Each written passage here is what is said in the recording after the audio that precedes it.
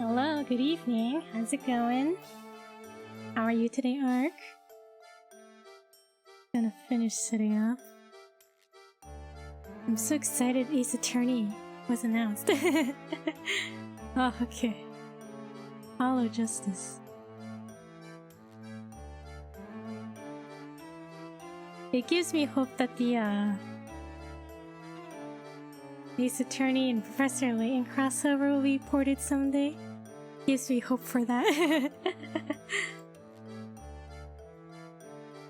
Today is apparently my nephew's birthday, but I'm here instead. Ace Attorney.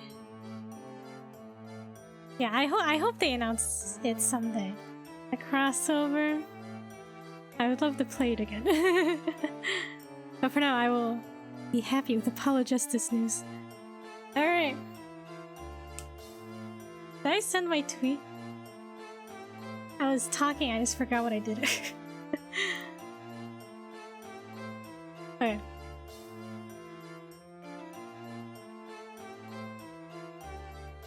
You sure you don't want to celebrate your nephew's birthday?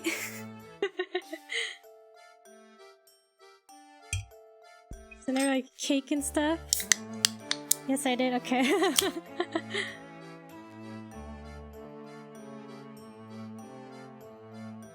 I was doom scrolling Twitter, looking at all the Ace Attorney tweets. Alright.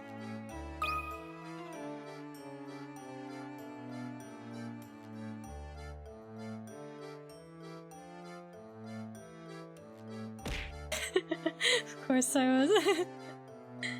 Come on, it's Ace Attorney! I live for the memes. Okay. Let's see where we left off. Our story so far. After witnessing Raymond's abduction before their very eyes, Luke and Professor Layton are shocked to see him return to Reynold Manor on his own. That's it. That's all we get for summary. So he was kidnapped, right? We saw him get kidnapped and then he showed up as if nothing happened, right? Huh? Puzzle? Oh dear, I'm stumped again. And I just know I'll never find a bride of my own if I don't solve this puzzle. I'll spend my golden years alone, with only the smell of cats and ribbon candy to keep me company. Is this man okay? I beseech you, Professor, help me solve this puzzle. Alright. Wood cutouts. Alright, Layton. Professor Riz. You have a single sheet of balsa wood, as shown in the diagram below. Your job is to cut the wood along the dotted lines so that you end up with 4 identical pieces. The pieces may face different directions, but they must not be mirrored versions of each other. Go on and get chopping.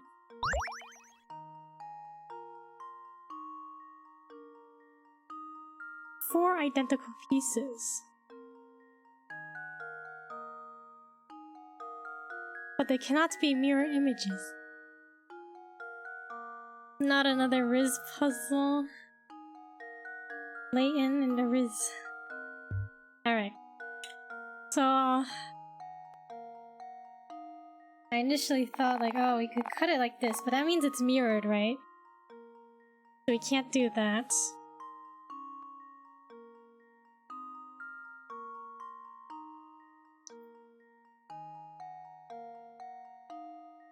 Okay, each piece should be 2, 4, 6, 8 pieces. Okay. End up with 4 identical pieces.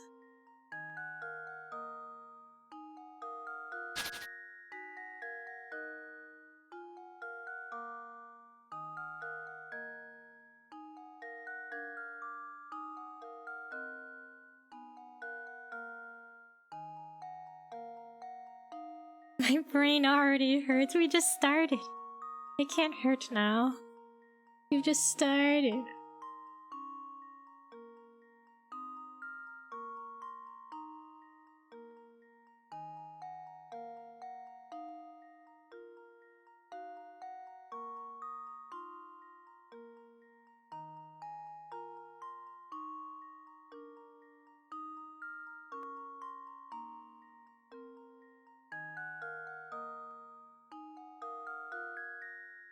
I'm thinking. Trust me, I'm thinking. Okay, keep going back to that.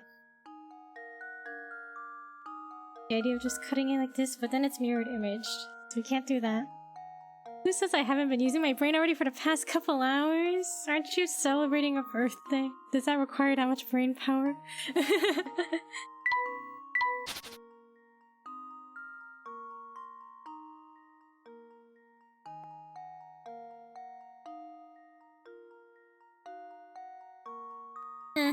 Sure.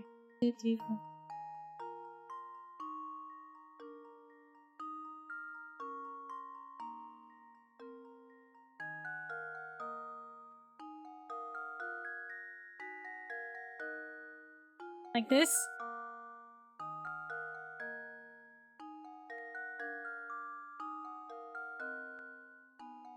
Your job is to cut the wood along the dot line so you end up with 4 identical pieces. The pieces may face different directions, but they must not be mirrored versions of each other. Would that be mirrored? That's what I'm wondering.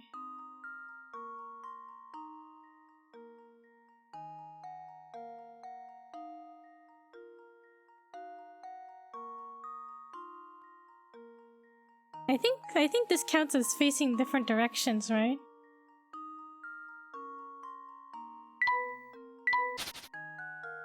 Because if we did it like this, then that would be mirrored.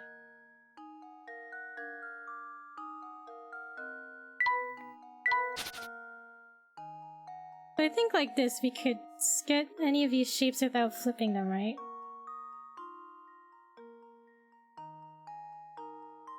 I'll try it.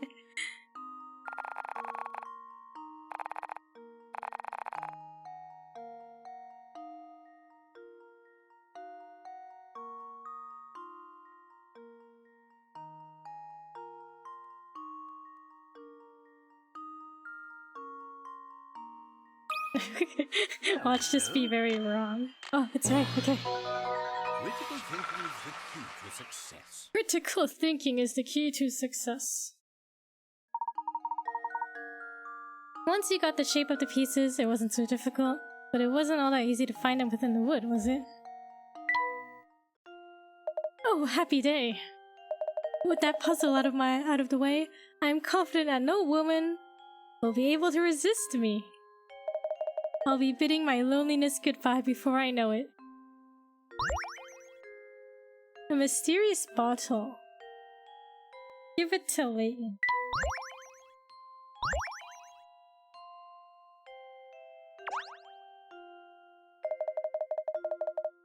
Would you please let me know of any eligible bachelorettes you might meet in your travels? Alright, we gotta keep an eye for bachelorettes for this man.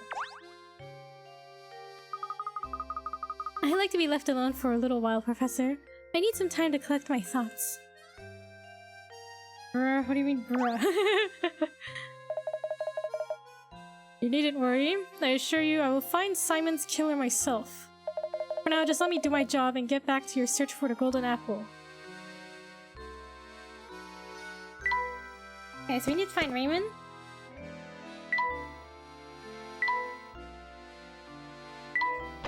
The butler isn't here.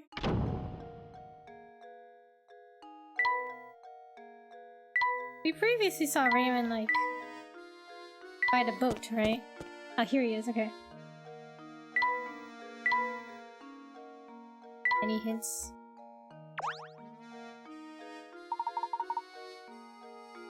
Good day, Raymond. How are you feeling today? Fit as a fiddle now, Professor. Perhaps even as vicious as a violin. Hoo. That awful fatigue from last week seems like it never happened. As you can see, I'm bursting with energy and my skin is soft as a baby's. I feel like a teenager again. Is that so? That's good to hear. He doesn't seem to remember what happened yesterday, does he? He has no idea what happened. So, what's our next move? We shall respect the inspector's wishes and leave the murder case alone, Luke. It's as Inspector Chelmy said, solving crime is the police's job. Besides, something tells me that this case and the Golden Apple are more related than we suspect. That's that intuition of yours talking again, isn't it, Professor? First and foremost, we need to find a clue that will bring us closer to the Golden Apple. Perhaps one of Baron Reinhold's relations or close friends can help point us in the right direction. Of course, there's also someone else. Let's see if the family butler has anything to say on the subject.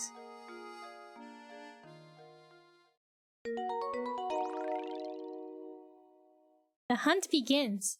It's finally time to start the search for the Golden Apple. Explore Saint Mystere for clues.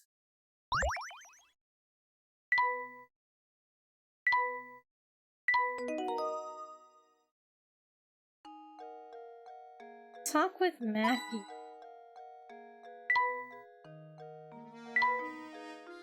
Any more hint coins?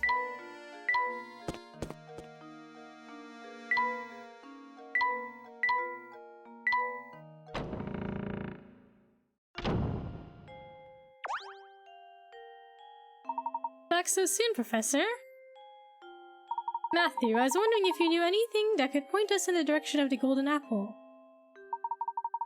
Anything you know would be a great help. For example, did the Baron say anything before he passed away? I'm so sorry to disappoint you, Professor, but the Master never said anything of the sort to me. I'd very much like to help you in your search, but my duties here prevent me from leaving the grounds. If only Ingrid was around to provide some assistance. I beg your pardon, sir? Ingrid? It's been years since she left, but Ingrid used to work as a servant in the mansion. She was Flora's nurse, and she often helped me with my work. Matthew! Yes, madam, I'll be right there. Please excuse me, sir, the lady calls. If you're curious about Ingrid, why not pay her a visit and talk to her yourself? Let's see, at this time of day, I'd imagine she's out walking around the general store. Please do me a favor and tell her that Matthew sends his regards. Certainly. I'll be sure to pass on your message. Thank you for all your help, Matthew. Isn't Ingrid that sweet old lady we passed by before? Oh yeah, isn't she the one who's just like... Oh no, that was a different person, okay. Indeed, we also saw her in that picture of young Flora. Come, Luke. Let's go find the old girl. Off we go then. The general store is just outside the mansion, right? We'll be there in no time.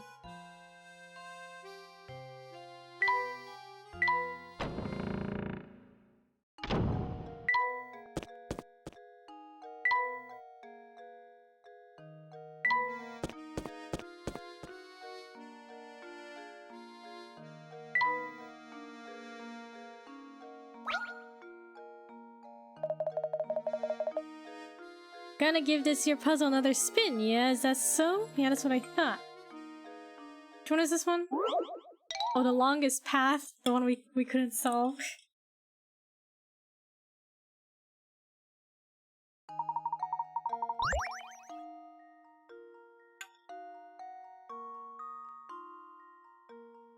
Okay, we'll solve this one later. Who's a was? You really can't solve my puzzle? I'm let down, Prof. Let down bad, I tell you. Okay, I'm sorry. We're busy. Okay. Oh, goodness me. If it isn't Mr. Layabout, was it? The name's Layton, madam. That's right, Mr. Layton. What can I do for you, sir? Earlier, we were talking with the butler at Reinhold Manor, and he mentioned you used to work there. We'd very much like to hear anything you might know about the Baron. Heavens me! You want to hear about the Baron? I'm afraid the only stories I have are from when I worked at the manor. That was ages ago. That would be ideal, madam. Would you mind telling us one? Alright, well, I suppose I could tell you about when knew a bit about the Baron and his former wife. The way Master Reinhold and his wife would carry on, they almost seemed to be like children. Wait, what? The way Master Reinhold and his wife would carry on, they almost seemed to be like children. You'd never see a man so in love, something. When she passed away, Flora was all the Baron had to remember her by. So he raised that little girl with all the love a child could want. The things he'd bring home for her. Toys from all over the world, and teddy bears as big as yourself. He was in high spirits in those days. He really wanted to give her 2 parents' worth of affection. So where has Flora gone? Your guess is as good as mine, sir. I have no clue where that girl went. What? She just unaccounted for? She left the mansion well after I stopped working for the Reinolds. Some say Lady Dahlia put Flora on the street to keep the family riches to herself, but that's nonsense. After all, the Baron cared about Flora so much, I can't imagine that he'd allow something like that. You know, you just reminded me. The grave of the Baron's late wife is located in the manor garden. I wonder who takes care of it now. The Baron's former wife is buried in the garden. Thank you, madam. You've been extremely helpful. Luke, let's head back to the manor. I have a hunch that the grave might hold the clue we've been looking for. Any puzzles here? Oh. Those candies look absolutely scrumptious, don't they? Luke, those candies just give me a splendid idea for a puzzle. Have a listen to this. Candy jars. Alright.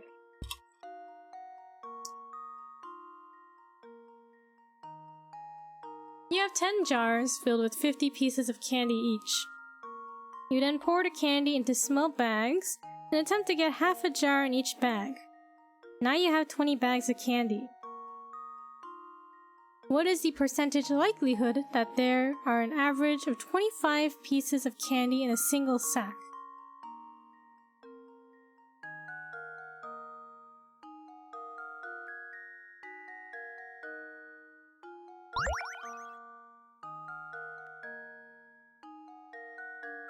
What? You have 10 jars filled with 50 pieces of candy each.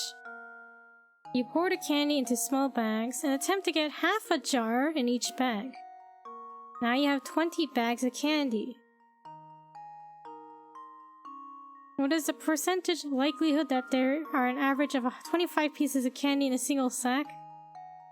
Well, if it's half of a jar per bag, that's approximately 25, isn't it?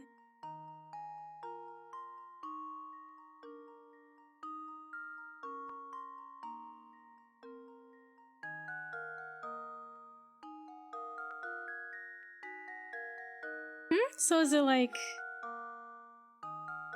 What is the percentage likelihood that there are an average of 25 pieces of candy in a single sack? Knowing this game, it's probably 100. That's what I'm thinking. I'm like, where is the trick? They use the word sack at the end. In a single sack. Is that different from a bag? Is that different?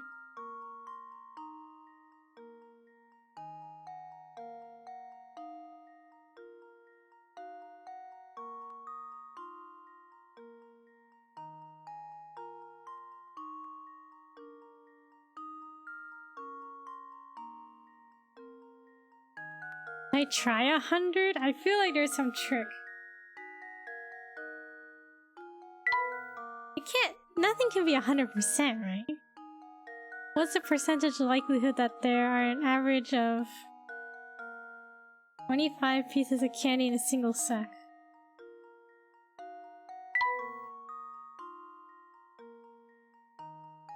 I don't think it's 100. I feel like that's not correct.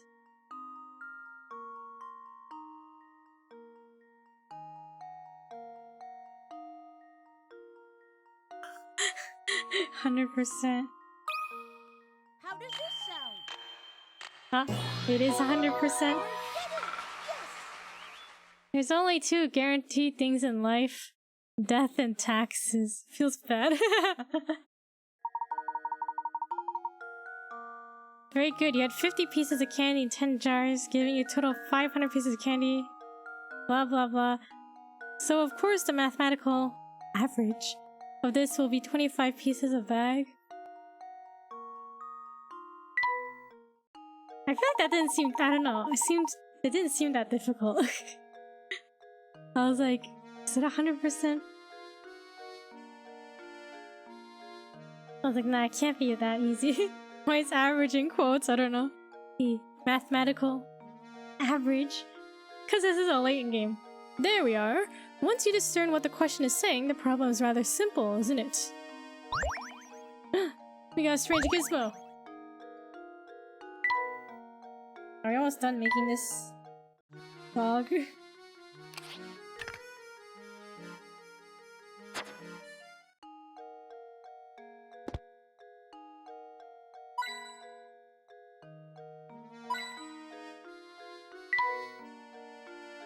Find the grave at the map. 2 more pieces, it looks like. Yeah, like the outside body and the leg, right? Sweet. I guess we'll go back to the manor. I think we can explore town, but... Oh, Matthew's walking about.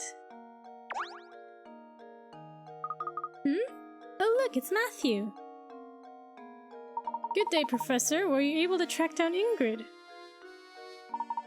Yes, we did. In fact, we were just speaking with her. I mean no disrespect, but she said the grave of the Baron's late wife lies on these grounds. Do you have any knowledge of this? Lady Violet's grave, sir. I was just about to visit it myself. Would you mind if we came along to take a look? Not in the slightest. Right this way. Here's the entrance, sirs. Please watch your step on the way in. This is quite the grave. This is Lady Violet's grave. Gosh, this place is really nice. It's not creepy at all. The late Baron, rest his soul, told me to keep this place in proper order, and I have tried to do so. Here sleeps Violet, my one true love.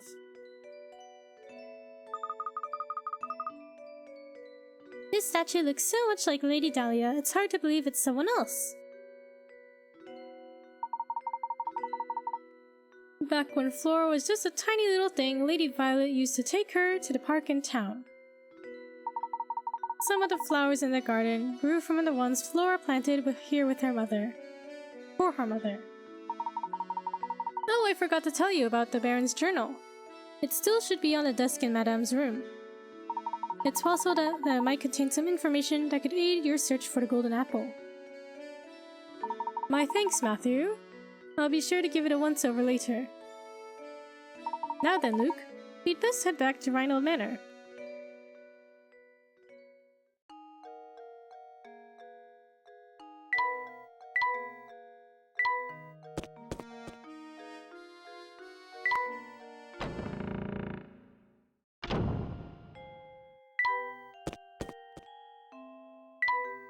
No one's here, everyone's skedaddled.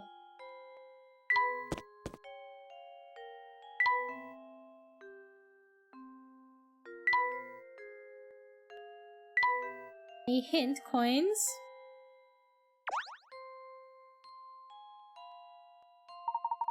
This must be the journal that Matthew spoke of.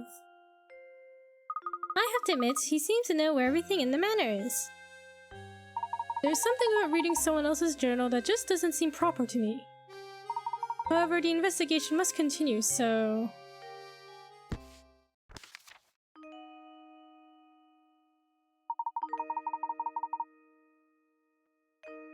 The craftsmanship of it is simply remarkable. It reminds me of my sweet Violet when she was alive. What do you suppose it refers to? Flora doesn't like the thing at all. I've seen her run away from it on multiple occasions. Recently, she spends more time playing by dear Violet's grave than anywhere else. I'm sad to say, I doubt Flora will ever take to it. I can't blame her, as I've changed its memories. Its memory. I felt terrible forcing that change on Flora, but I just couldn't bear to see it like that anymore. Violet, there can never be another you. You are my first, my last, and my only. Noshi, hello! There's this cutie on my screen. Luke and Professor Layton.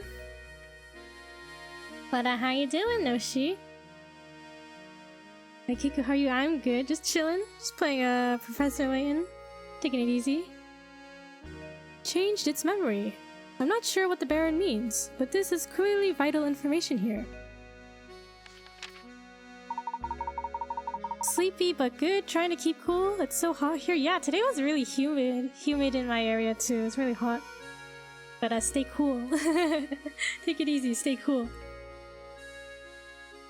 I collapsed some days ago, and have been bedridden ever since. I feel as if I failed Flora as a father. I can only hope that when I am gone, the people of the village look after Flora and care for her as I did. He must have been terribly ill. It seems I am not long for this world, and the time has come for me to say goodbye to my little Flora. I've left everything in Bruno's care now. Flora, I pray you find happiness in this life. Who's Bruno? I've disclosed the location of the secret place in a note that I have left with an old friend. It is my most fervent hope that the Seeker of the Golden Apple finds it and grants my dearest wish. Professor! Baron Reinhold's old friend. We must seek out this person, Luke. But, Professor, how can we possibly find that person with nothing but this journal to go on? Haha, it's like I always say, Luke. Any good investigation starts on the street. We'll just have to ask everyone in the town about the matter. What? I mean, of course. You're absolutely right, Professor. Let's get to it. Of course. Any good investigation also needs direction. Let's start out by asking Ingrid a few questions. She seems to know a great deal about Baron Reinhold. Alright, investigation time. Let's go find, Ingrid. Ah, everyone's back here again? You have another puzzle for us, sir? Okay, he's still asking for eligible bachelorettes. Okay, same dialogue, same dialogue. Same dialogue, okay. Alright, let's go searching.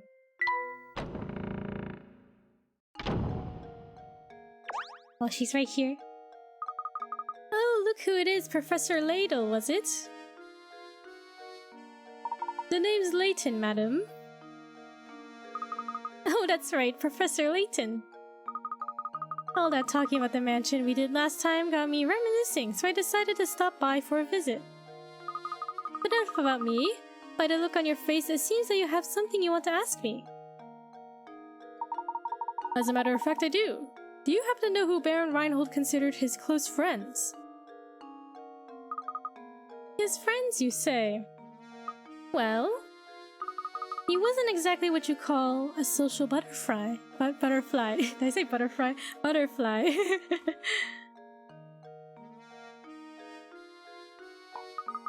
I'm sorry, that's really all I knew of his friends. Oh, wait a moment. I do believe I saw that Zapone fellow pay a visit to the mansion a few times. Professor, could she be referring to that man we met? Ah yes, the gentleman with the fancy little mustache. We should ask if he knows anything. I would wager he's still hanging about the fork in the road just beyond the clock tower. Alright, let's go. Let's go investigate.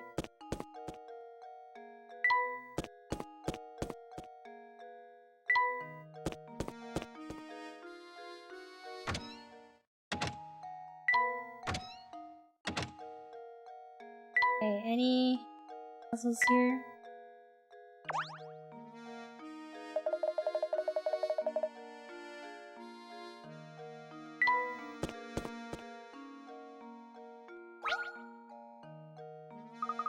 Look, Professor!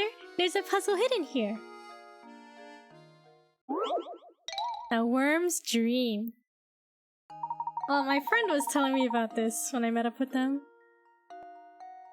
They're like, oh my god, I hate this type of puzzle. And I was like, what? I haven't found it yet. Alright.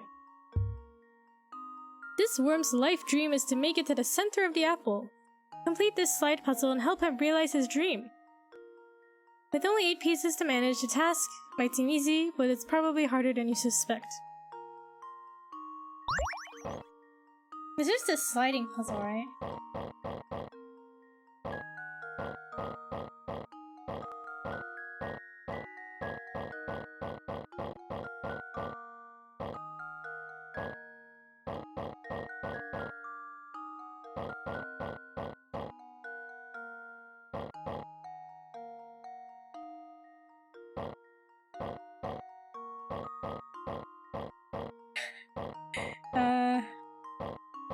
I need to go there. Back when I played, what's it called? Tomodachi Life? They had this 3x3 sliding puzzles, right?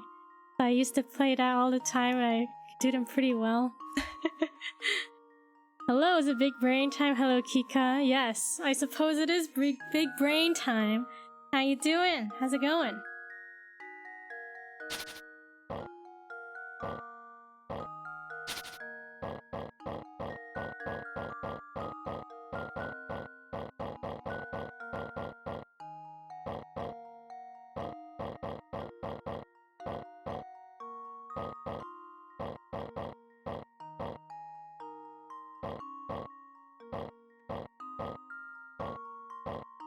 Baking a cake right now, yo. A cake? What kind of cake are you making?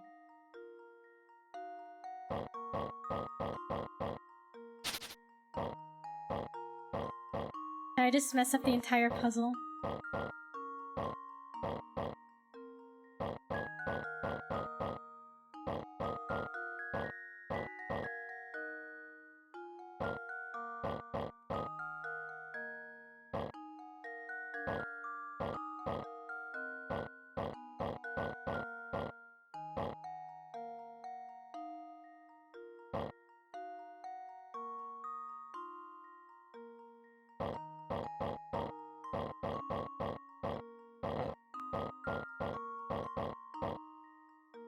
We'll see if it turns out good. It's pineapple cake, so hopefully it's good. Pineapple cake, that sounds nice. Are you gonna like decorate it or anything? Guys, I've messed up this puzzle. It's fine, don't worry. Okay. Ooh, I think we're close.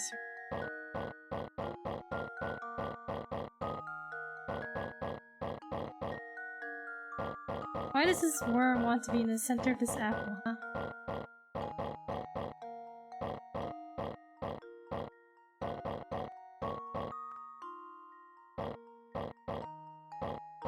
Wait, this needs to go over here.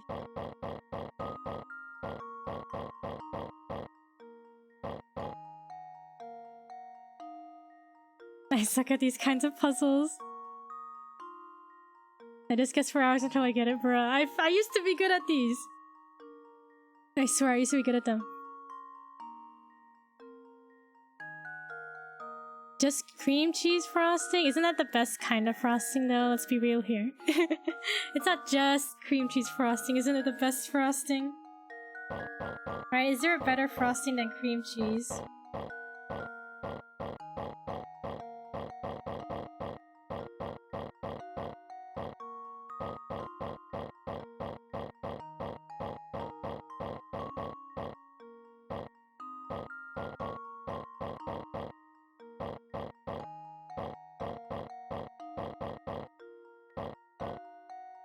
I feel like we're close. So close, but so far. Resident Evil 4 had a similar puzzle, did it really? It is, it's so good. I know, right? Like, why is it so good? My friend said they hated this puzzle. I can see why.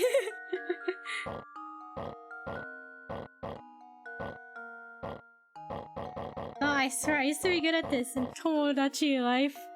They had these. I was so good at it.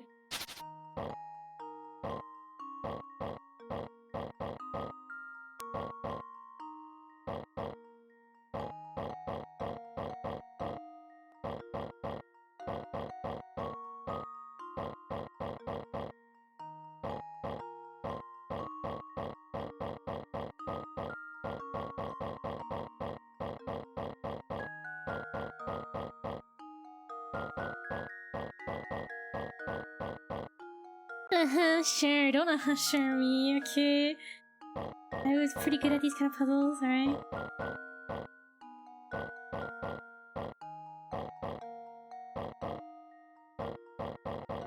About this worm? Will never have its dream come true.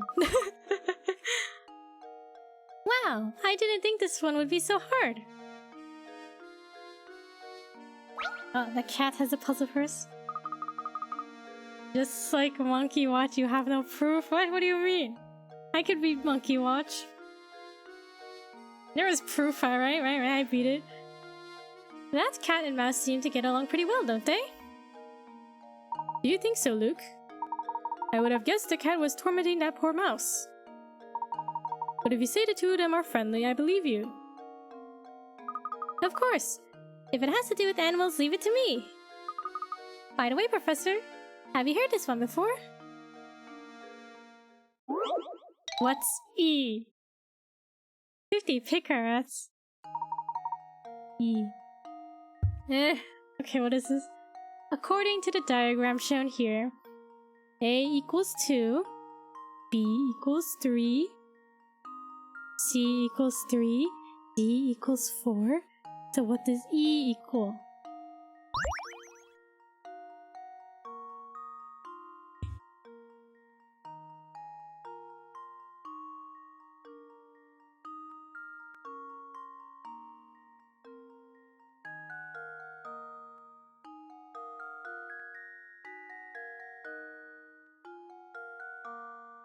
How am I supposed to get this? Okay, A equals 2, B equals 3, C equals 3, D equals 4. What does E equal?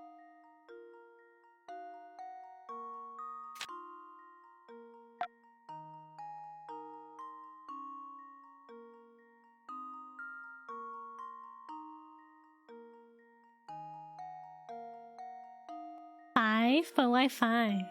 Hello, Chariot, how's it going? How's it going? We're solving puzzles.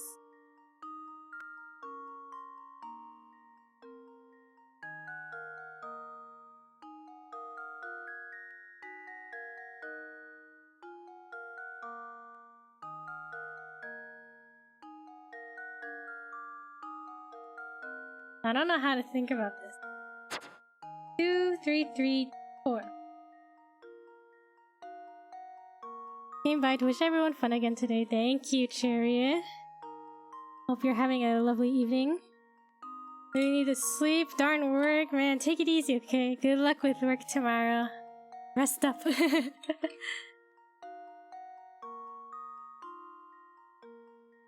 think it has to do with the lines or how many other pieces are touching it. Oh, that's a good one. How many pieces are touching it?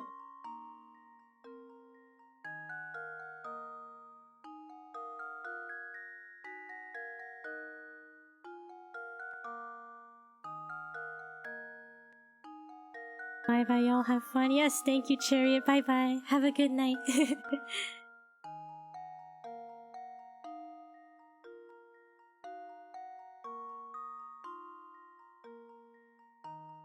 Okay, so by this logic, if it's how many sides are touching it,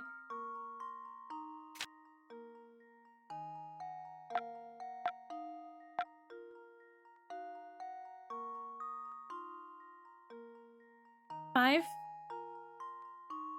The random number you guessed, Ark, is it the correct answer? Based on that logic. 1, 2, 3, 4, 5. That should do it. That should do it. Another puzzle solved. Don't quote me on that. Alright, I'll take all the credit then. The number assigned to each letter refers to the number of sections that are touching the labeled section. Honestly, I don't think I would have ever gotten that. I was like, what? How is this anything? Gosh, I was sure I'd come up with a really good puzzle, but it was still too easy, I guess. E. I thought the hat made you big brain. Yes, that's correct. But I can't be too smart, right? Otherwise this game would be boring. The stream would be too fast, right? It'd be too short. Hehe, good afternoon, mister. Hey, I'll tell you a secret if you solve this puzzle for me. It's about a girl who's about to have her birthday. Oh no. 60! Pick her at 60! Birthday girl. Okay.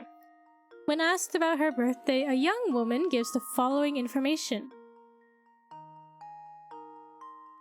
The day after tomorrow, I turn 21. I mean 22. The day after tomorrow, I turn 22. But I was still 19 on New Year's Day last year. When is her birthday?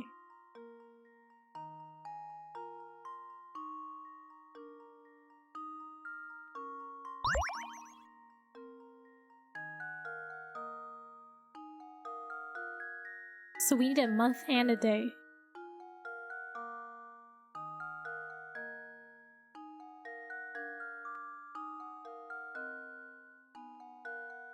New Year's is January 1st, right? Yes, if it's New Year Day.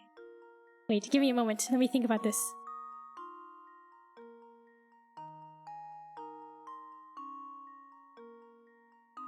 I was still 19 on New Year's Day last year. So that means this year, she's 20.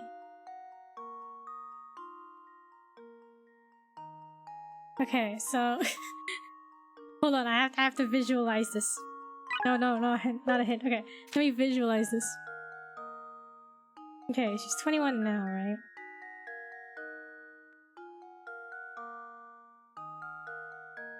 In 2 days, she turns 22.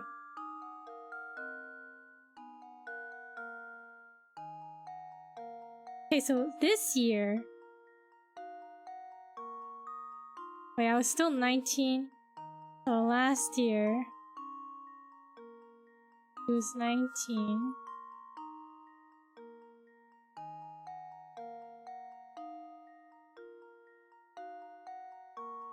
And in 2 days, she's 22. I think it might be one of the later months. I think so, like December? Like, well, the end of December, maybe?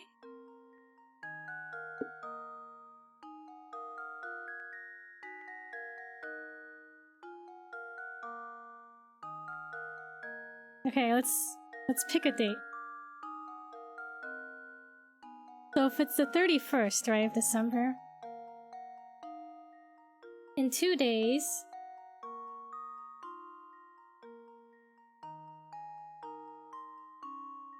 so in 2 days it's her birthday.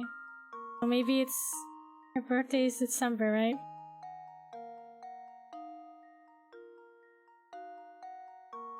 Last year she was 19 on New Year's Day. Then she turned 20.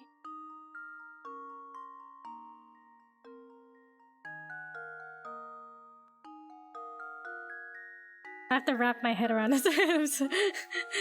I'm thinking so much. Okay.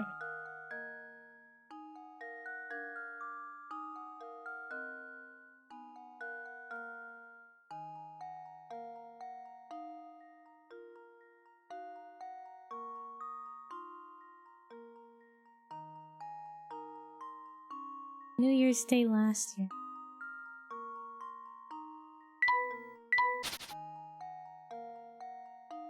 Hold on, I need to think about this. Okay, let's pick a year. Maybe it'll help me visualize it. The year's 2000.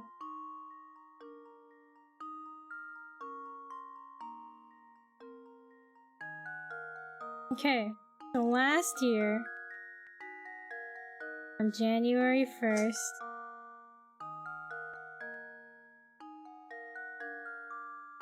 He was 19.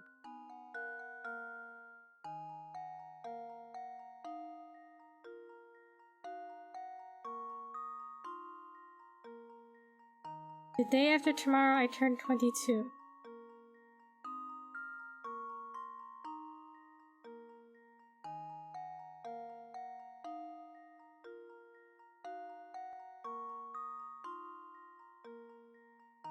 Okay, we need to figure out.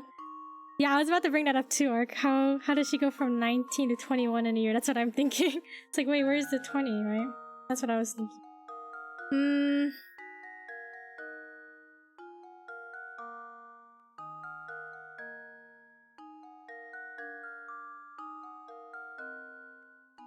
Alright.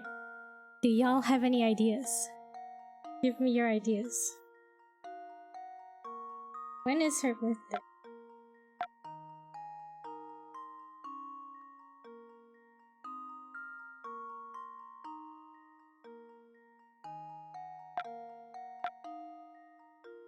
She's a time traveler. I was gonna be like, is this a leap year situation? But I don't think so. Let's take a look at a hint.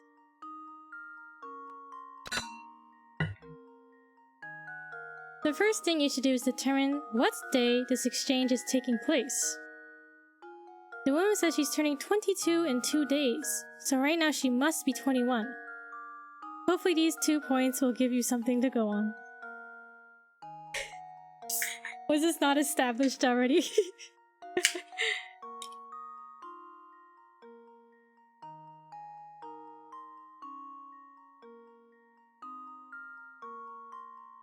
Right now she must be 21.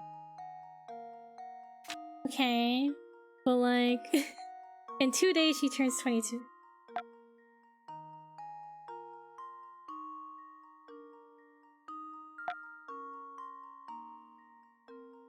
So, in 2 days. Right?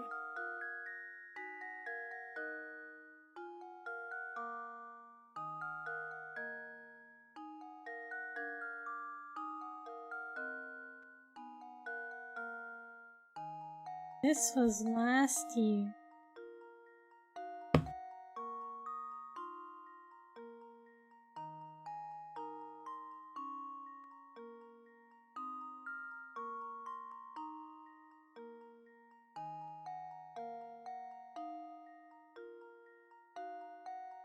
What if her birthday is like January 2nd? Wait, let me think about that. It was January 2nd, for example, right? So if she turned 20 on January 2nd,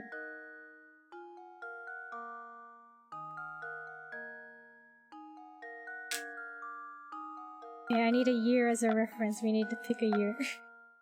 Okay, if the year is 2000. Right. January 2nd, still 2000.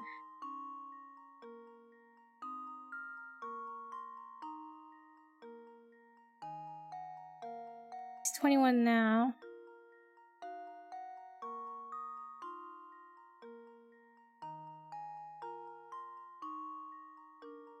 So for guess if she turned 21. Or no, hold on. This is so much thinking. Okay.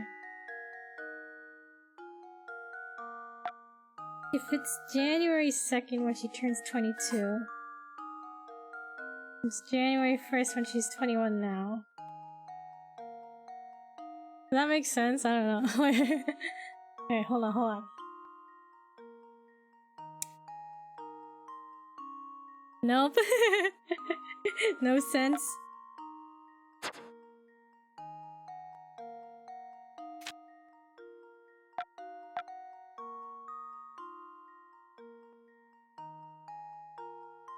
Hold on. I look at another hint.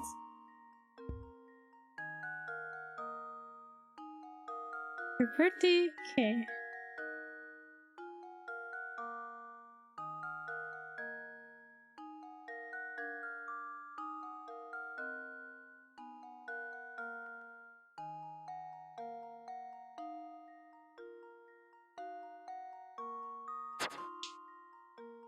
The day after tomorrow I turn 22.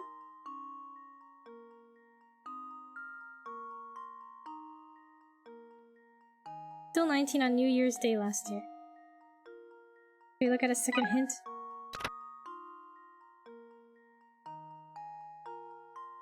The woman will turn 22 in 2 days, and her birthday, like all birthdays, lasts but 1 day. She also mentions her age last year. A year, on the other hand, is a much larger period of time to deal with. In order for her statement to be true, her birthday needs to fall on a particular day. Think about the above 2 facts to help narrow down possibilities. Y'all have any guesses? Any logical thinking?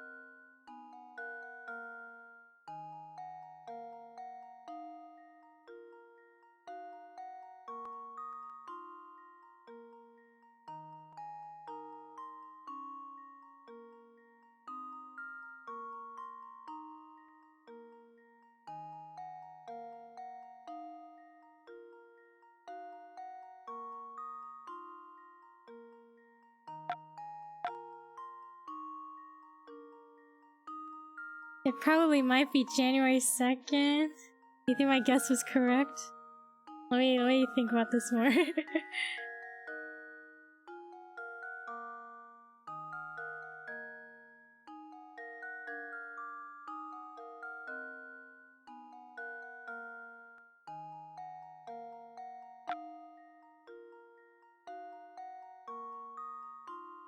Okay, if it was January 2nd, her birthday.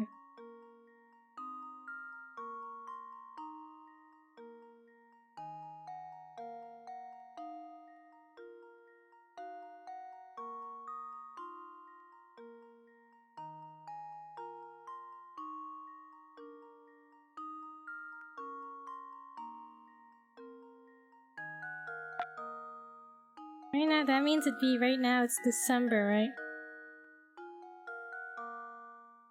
The day after tomorrow.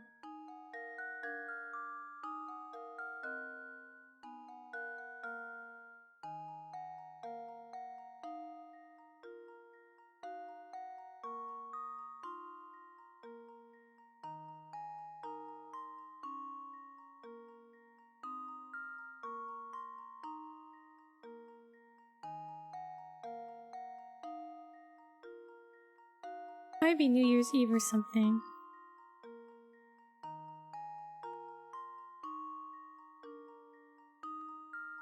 This puzzle's taking so long. Okay.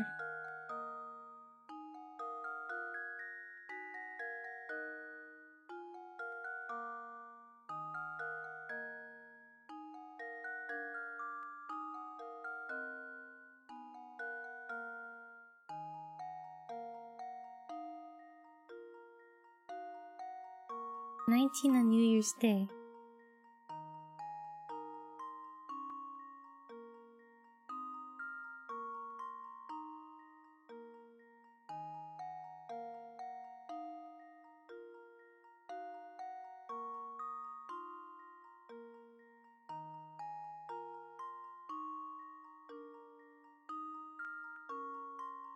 I just guessed January 2nd. When is her birthday?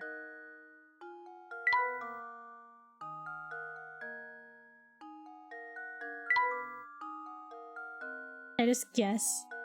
Just guess and see who's solving it. There we go. Layton be disappointed. Oh, it's correct. Another puzzle solved. Oh my god, I can't believe it. It was January 2nd. Y'all doubted me. Big brain. Oh my god, okay. Her birthday is January 2nd, and your conversation with her must have taken place on December 31st. As you can see on the chart above, the woman was 19 on New Year's Day last year. She turned 20 the next day. This year she turned 21. In 2 days after the New Year starts, she'll turn 22. No one doubted you. No, I felt it. I could feel your doubting presence. Wow, you're smart. Okay, come close so I can tell you my secret. I heard that all the people who get kidnapped feel a little sick right before they get taken. I bet the monster that lives up in the tower feeds its victims super gross food before it pounces. Oh, I bet it's like hamburger ice cream with butterscotch and mayonnaise swirl. Ew. Or maybe he just picks the weakest of the bunch to snatch. I just don't get why he needs all those people.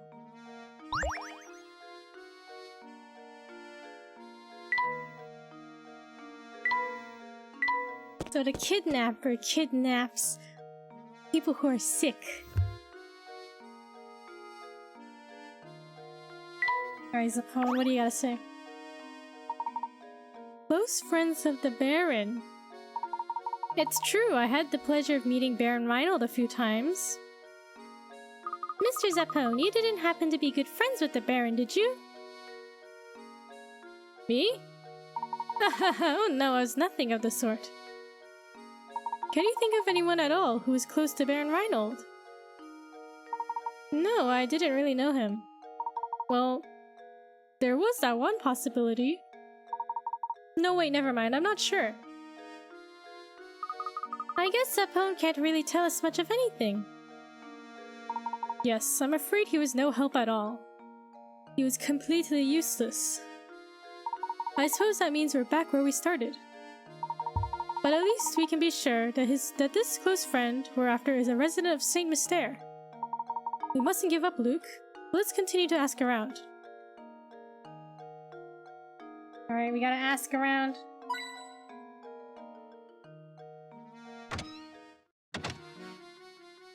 No one in here? Nothing? Hint coin? Okay. Go in a loop, I guess. Ah, had a charm. Okay, here's a puzzle for us. Ooh, a customer, welcome, welcome. I have some great deals on sausage today. My skirt steak will make any plate a fashion plate. Ha ha. Sorry to disappoint you, sir, but we didn't come here to shop. Ah, and here I was thinking I was gonna reel in a big sale. You got a hungry look about you, you know? Well, if I can't interest you with any of my fine meat products, can I at least tempt you with a puzzle? Sausage thief. Okay. Oh no, it's the lying kind of one. Okay. Somebody ate the butcher's sausages. Here's what the 4 boys have to say. B ate the sausages. D ate them all up. I didn't eat them. No way. B's totally lying. Only one of these rascals is telling the truth, and all the others are, needless to say, lying. Can you figure out who ate the sausages? B ate the sausages. D ate them all up. I didn't eat them. No way. B is totally lying.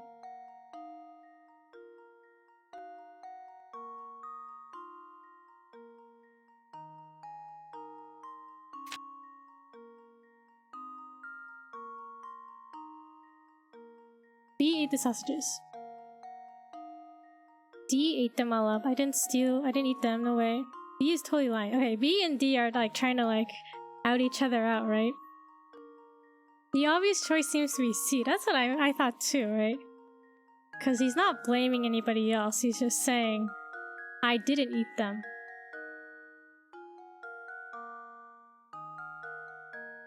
If we assume A is true, B ate the sausages,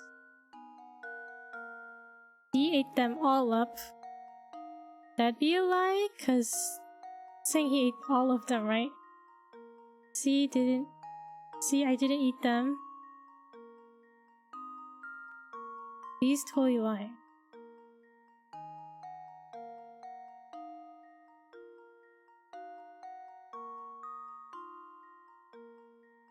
Wait, if we assume A is telling the truth...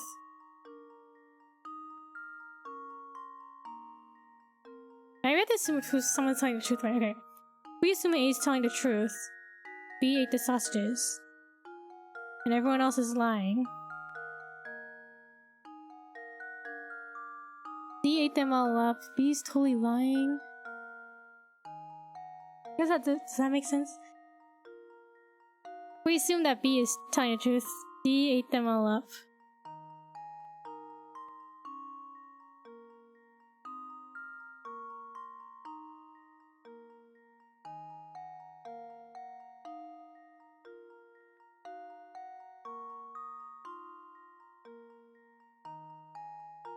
I'm gonna guess and say D. B's totally lying. Who ate the sausages?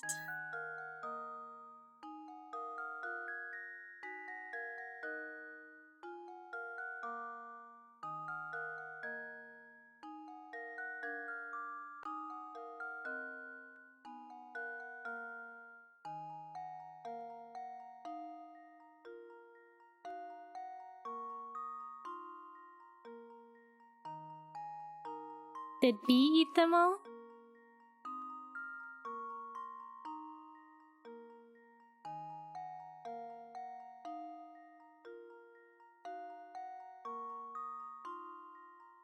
Okay, only one is telling the truth. Not necessarily eat them, but lying. See, D, so... D is... the lying kind or telling the truth.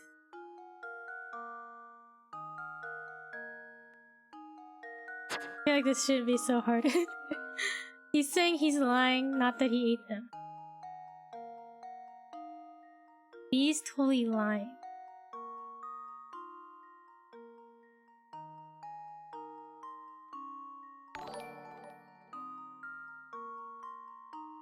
Ah, thank you, Nina, for the raid.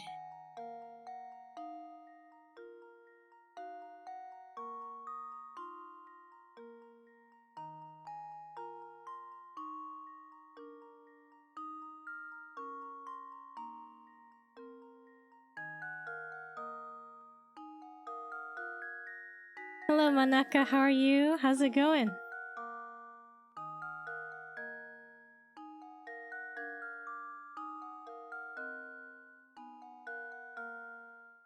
Thank you again, Nina, for the raid. We're just solving puzzles.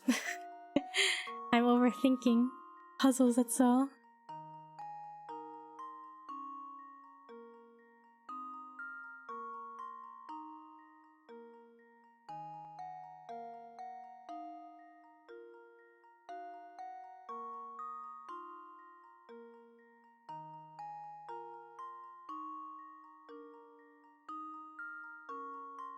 I didn't eat them, no way.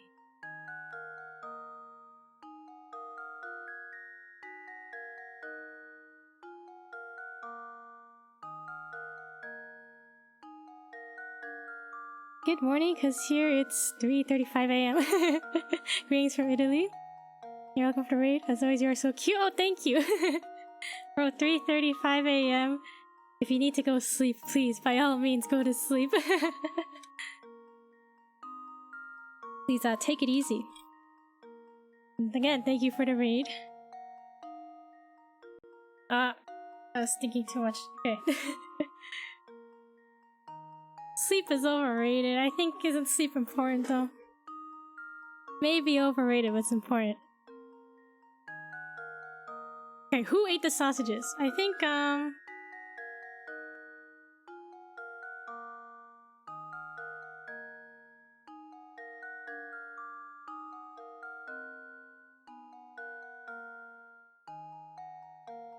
I say B. I feel like B for some reason ate the sausages. Should we guess? I don't think it's right. Oh no. Should I believe him? Try again.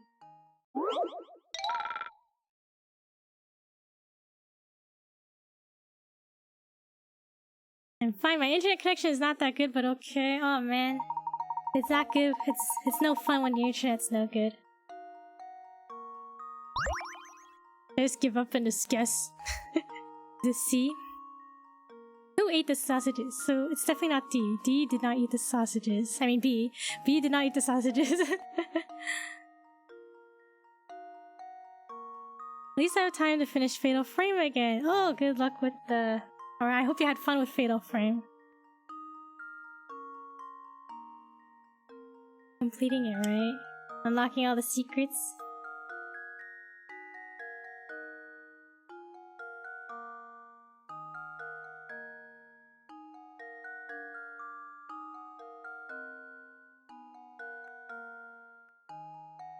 I guess C. Did C eat them? That should do it. It was C after all, okay. That is the key to success.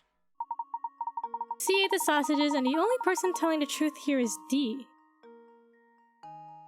You assume A to be the culprit. Both C and D's statements must be correct. Choose B. The other three boys' statements must be true. If you make D out to be the criminal, then what both B and C are saying must be true. None of these possibilities fit the conditions set forth in the puzzle. Bruh, I know, right? I was thinking, like... It's because he didn't say anything about anybody else, right? He only talked about himself. Hey, you're pretty good at this. Still doesn't make sense to me. Don't worry about it. I'm pretty good at this. The bonus for solving my puzzle, I'll throw in some gossip I heard. Word is that somebody lives in that dark, grimy tower. You'd have to be one odd duck to want to live in that old, moldy wreck of a place. A flower face. Here, Layton can have it. I don't like those kind of puzzles. They're just, I don't know. I'd rather solve a different kind. Ah, what did I click on? I wasn't looking. We seem to have stumbled on a hidden puzzle here, Professor. Splitting it up.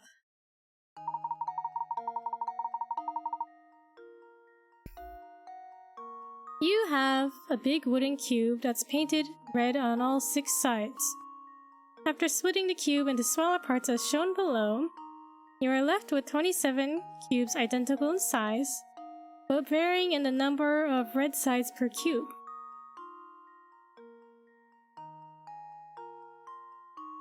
How many of these 27 small cubes have just one of their 6 sides painted?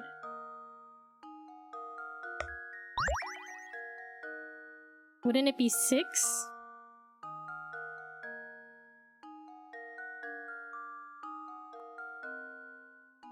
Five?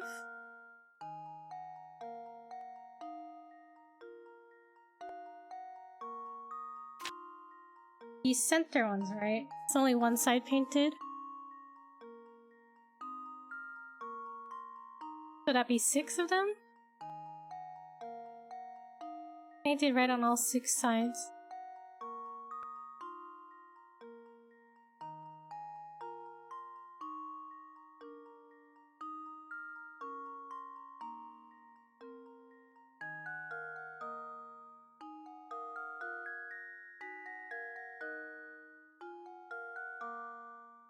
Four?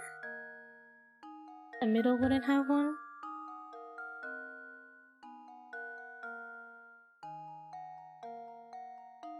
Right, the very center cube would be blank, right? So isn't it 6? Is it 6 sides of a cube?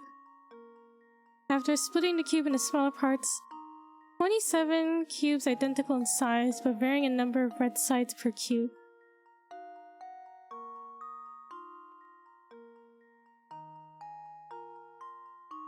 How many of these 27 small cubes have just one of their 6 sides painted red?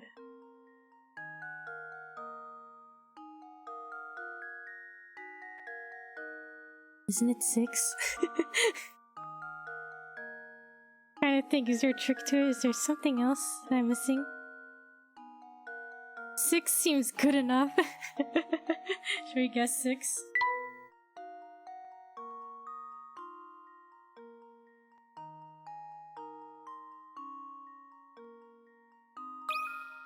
I think I've got I forgot to count the top and bottom.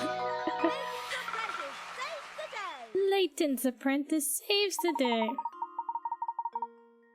If you can dissect the block in your head in the way shown above, the answer is easy to come by. Okay, I felt like that one was pretty easy. Piece of cake. Now let's go find more puzzles. Okay, easy. Easy. Anything here? Alright, they mentioned it looks like not a soul seems to live here. This part of town's empty, okay? What's this on the ground? Professor, there seems to be something on the ground here. You're right, it appears to be a scrap of paper. Will you check if anything's written on it? Sure thing. Let's see here. The boss completed my latest model today. He's a good guy, and he's given me a new sense of purpose. I'm sure this is my true calling. I want to perfect my skills so I can repay the man for his generosity. This sounds like a great deal. This sounds a great deal like a journal entry, doesn't it? Judging by how the writer uses the term the boss, I imagine he was under the employee of the Baron.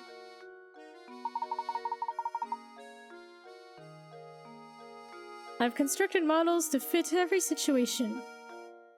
Wait, isn't this Luke reading it? I've constructed models to fit every situation, just like the boss asks me to. I got a smile when I see how interested he is in them. Complimented, not completed. What? Did I say something wrong?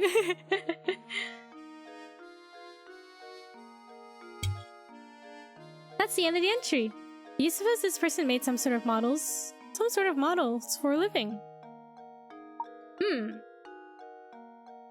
Models, huh? I think you said completed. Oh. Not being a member of high society myself, I've never so much as had a conversation with Baron Reinhold. Now, Sonny, much as I'd like to keep chatting, I'm awfully tired. I think I need to go lie down. Bro, he's just like me. For real, for real. Are you feeling unwell, sir? I'm just plumb exhausted lately. It's that awful noise coming from the tower, you see. Is this man gonna get kidnapped next? It's gotten so loud I can't sleep a wink at night. Do you know what's causing the noise? It's just a rumor, but I hear that every time the sound rips through St. Mystere, someone disappears. They say the ones who go missing are people who've been talking about feeling tired. Bruh, I'm gonna get kidnapped next.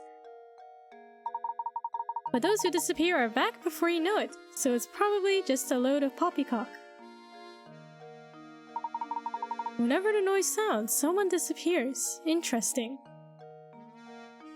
Do you think the peculiar sound has anything to do with that strange old man who abducted Raymond? It's certainly a possibility, isn't it? But why would he release his victims after going through the trouble of kidnapping them?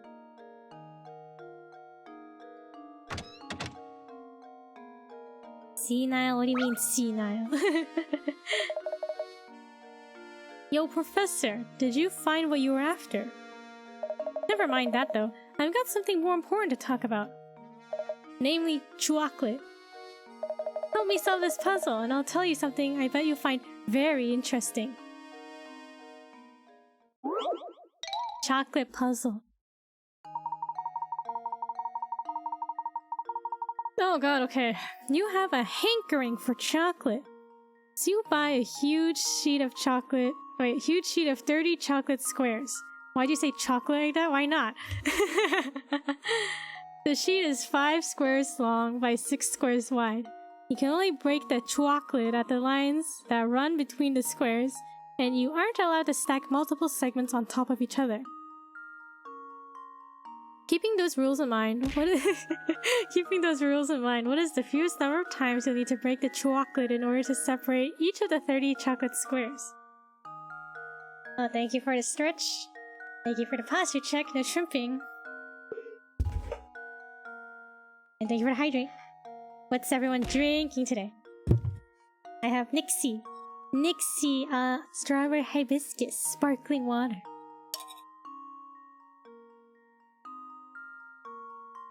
Snacks and drinks, let me know. Alright. What's the fewest number of times you need to break the chocolate in order to separate each of the 30 chocolate squares?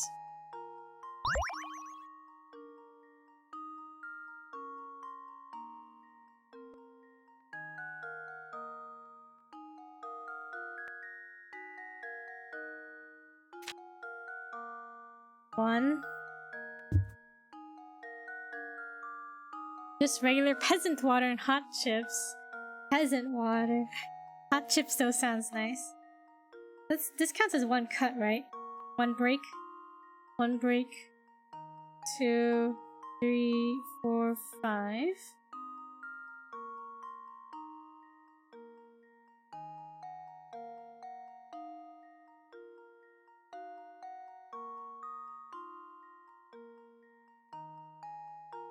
Four. 4 breaks here.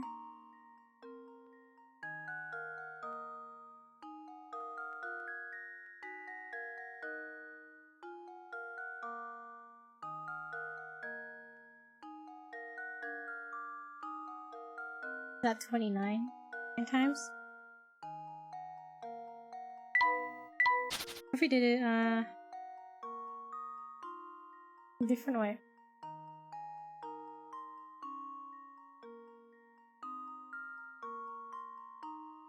One, 2, 3, 4 breaks.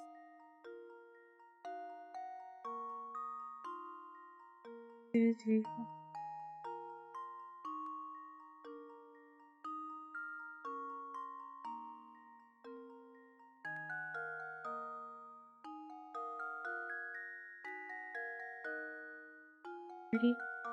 To 29? Did I just guess? Oh wait. Hey, restart, okay. Okay, if I break it in half here, that's one break. 2, 3, 4, 5. 1, 2, 3, 4.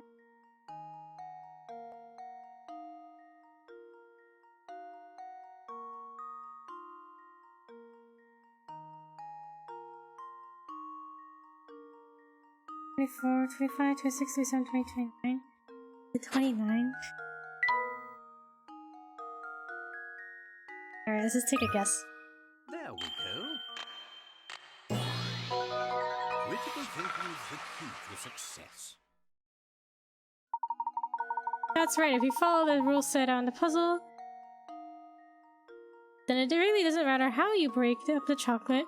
The number of segments you have increases by 1 each time you break a chunk off the sheet. You start with 1 segment of chocolate, so 29 breaks later, you should have 30 segments. Now it makes sense. Okay, now about the hot info I promised. If you want to experience the best dining in Saint Mister, you've got to check out Crouton's restaurant. Everything he makes is Y-U-M-M-Y. Yummy. Don't even get me started on the stews, you have to try it yourself. World map? Let's give that to Layton.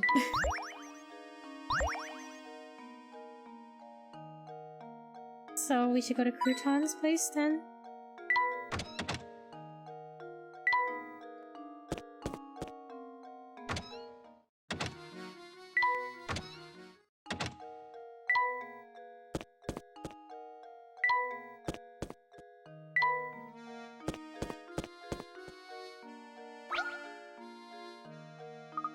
Teehee.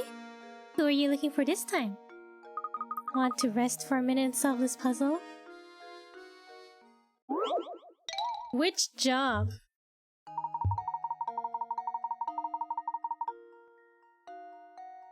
Two corporations have put out help wanted ads.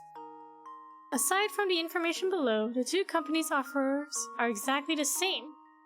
From a purely financial standpoint, which one should you work for? Company A will pay you 100,000 a year and give you a 20,000 yearly raise. Company B will pay you 50,000 every 6 months and give you a 5,000 raise every 6 months.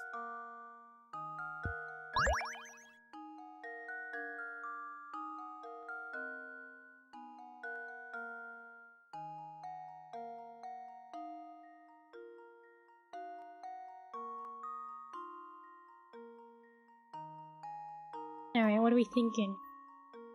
Company A will pay you 100,000 a year versus 50,000 a year.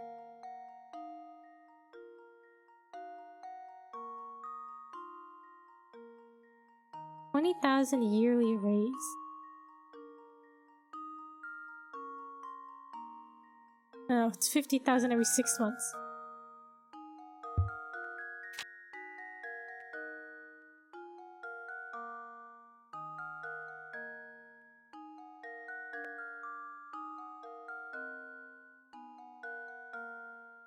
Okay, so let's say after 1 year.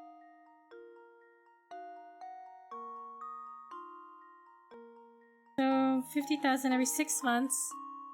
So 1 year, that's 100,000 plus the raise.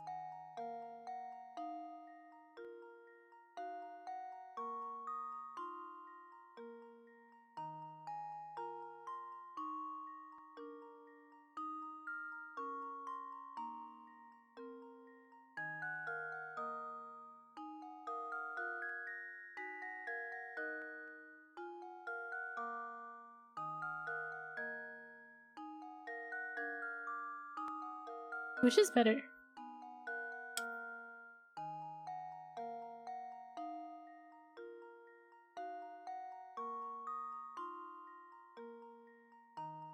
I guess over time, isn't it better to get the 5? Actually, no. Every 6 months you get a $5,000 raise.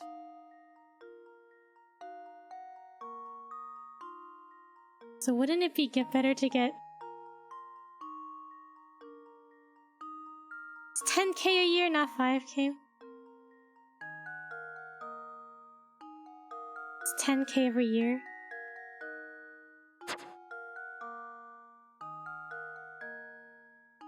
For B?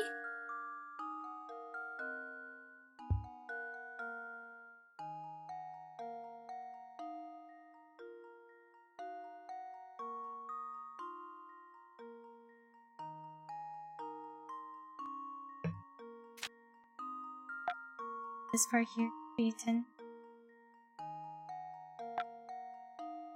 Is this what you were saying? The button on my phone is falling off. What do you mean? A seems the way better option, right? Is there a catch though?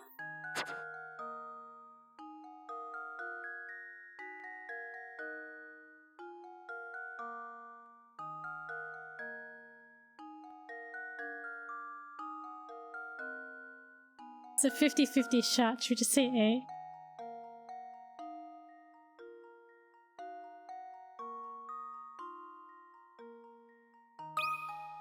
Luke, here's my answer.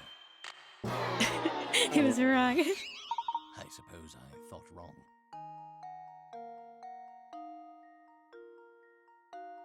I don't dare. Since there are only 2 choices for the answer, you now know which to choose. But why is it that you earn more money with the other company?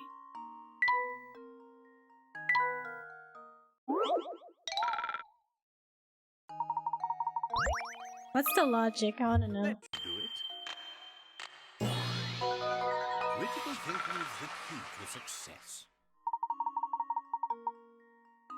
As seen in the image above, if you actually calculate things out, you'll see that the salary for Company B will always be 5,000 higher than the corresponding salary at Company A.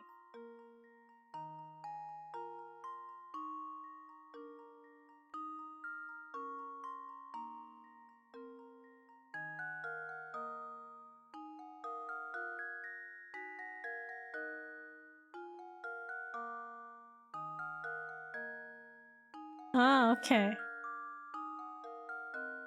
Because of the raise, right?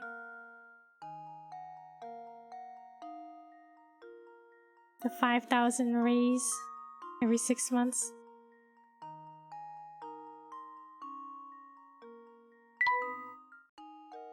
Oh, you did it. Okay, I guess I should give you some info as a reward. You know Lady Dahlia, right? She's planning to keep the fortune herself once it's found. And you've been helping her all along. Don't you feel so dumb? Teehee. Why doesn't the first year get a raise? I don't know. It's because you didn't prove yourself good enough yet. Houseplant, it can go to Layton.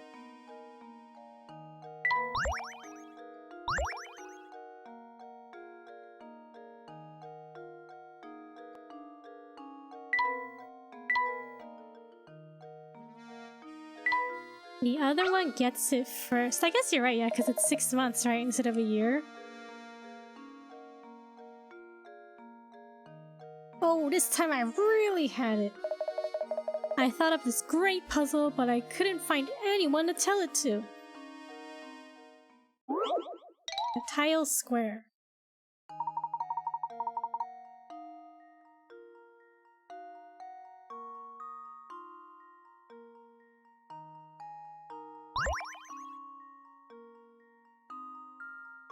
You have at your disposal a large number of tiles like the one shown below.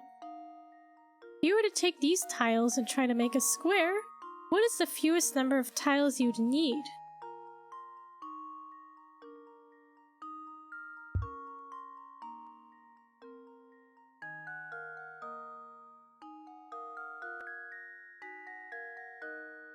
Okay, my initial thought is... we stack them, right? It's half an inch. Right, half an inch. So if we stack enough to get 10 inches, that's a square, right?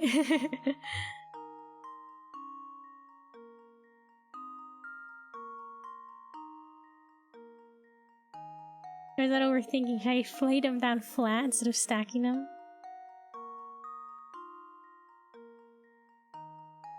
Should be 20, right?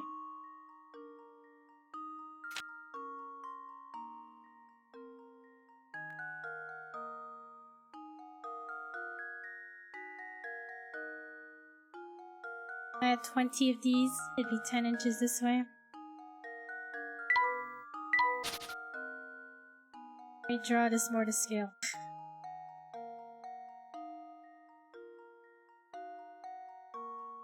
How if you made them into a house? A house? Right, if we have 20 of these, then it'll be 10 inches. 10 inches.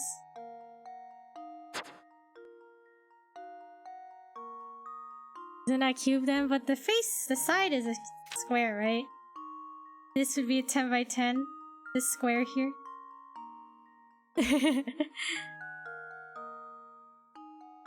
Or we can do it like this, right? Just make a bunch of tiles and lay them out like a square.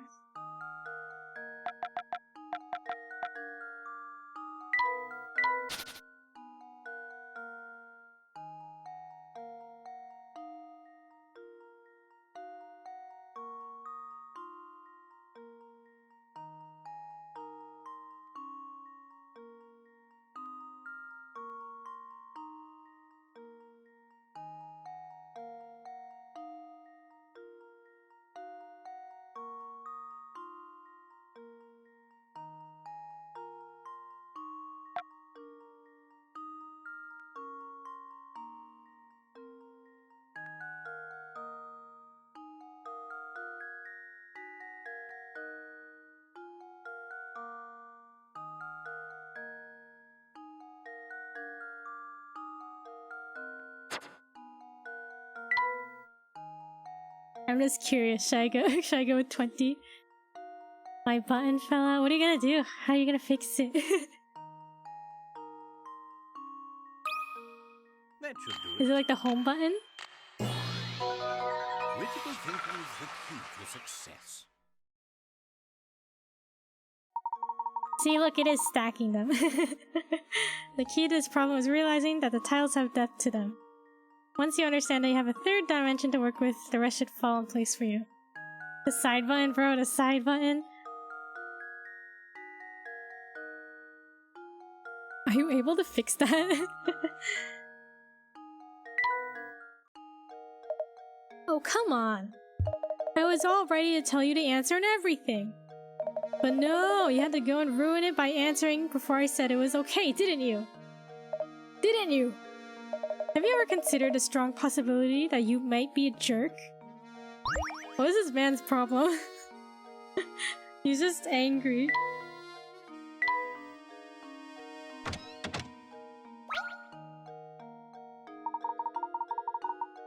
It's basically an extra button. It's used for the voice assistant, but no one uses it. So it's okay that it's broken, is what you're telling me. Hey, you too. You guys like chess, right? How about it? Want to sit down for a game? Too many queens. One. Pretty much. In chess, the queen can move the full length of the board diagonally, vertically, and horizontally. See if you can place 4 queens on this 4x4 chessboard.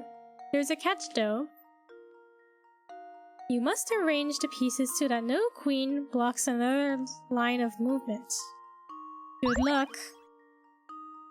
The queen can move the full length of the board diagonally, vertically, and horizontally. Okay.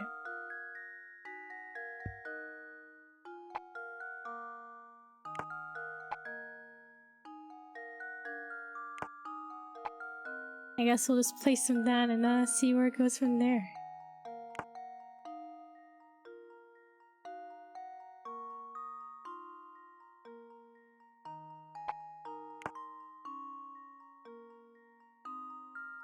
No queen blocks the another's line of movement.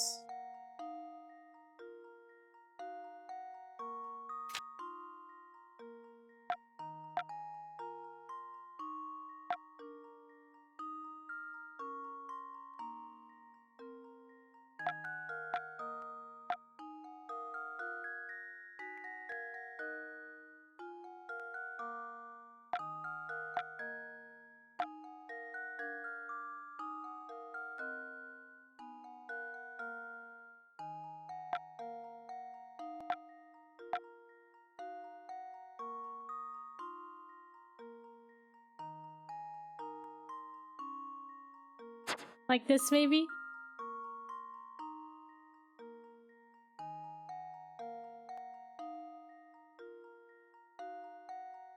Retry it. It's only 20 picarats. That should do it. Critical thinking is the key to success. Nicely played. Chess queen problems like this one have been around for over a century. This is a relatively simple variation of this type of puzzle. Consider it an introduction to the genre.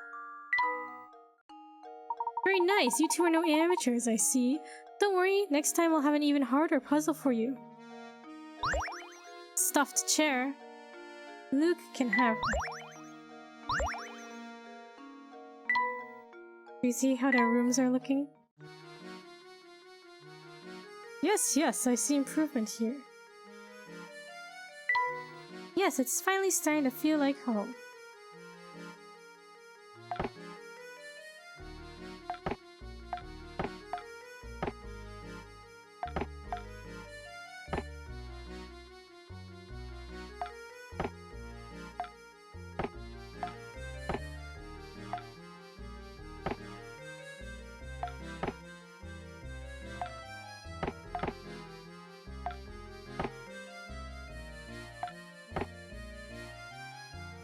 Well, the rooms are coming along, I guess.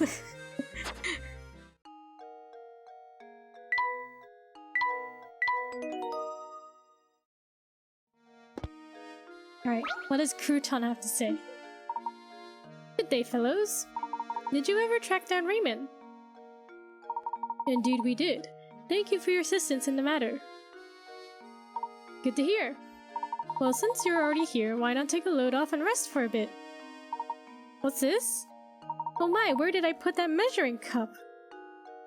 Is something the matter? I have 16 quarts of water that I want to divide into equal portions of 8 quarts apiece. The problem is my measuring cup seems to have grown feet. No, not another dividing puzzle. Can you think of a way I can use the 7 and 9 chord pitchers to divide things up? 60 picker rats. Okay.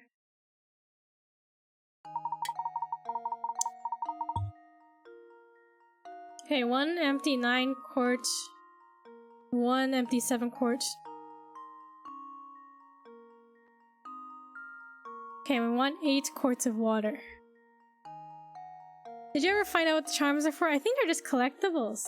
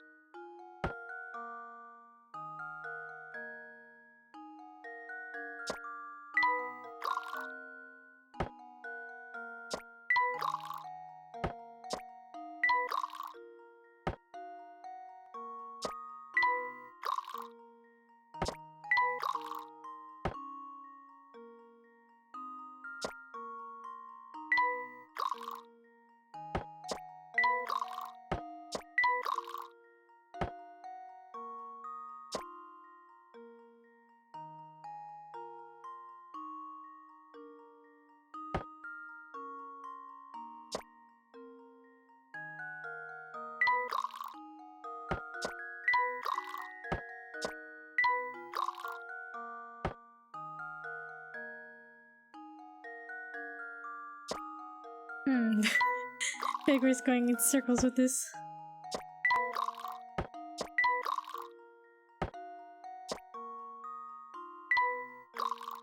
Takes us back to the beginning.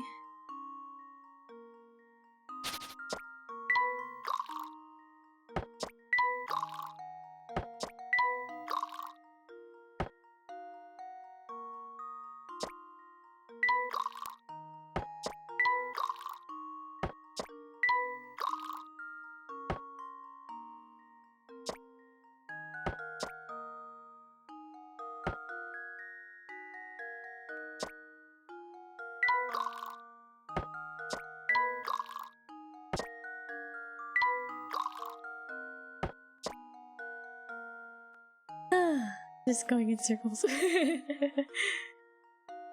Yeah, we still have the milk one as well to solve.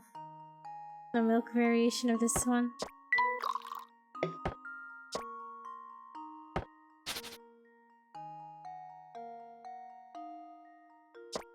Is there a strat to these though, I wonder? Is there a mathematical strategy to this?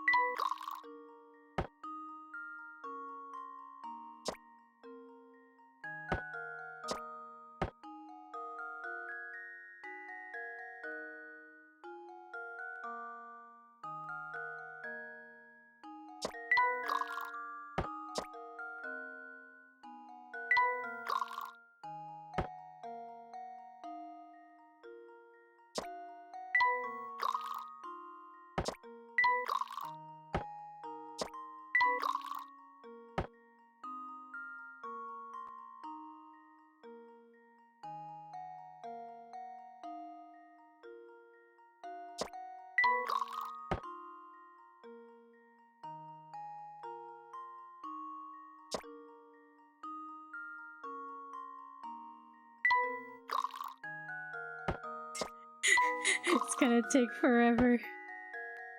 7, 8, 9.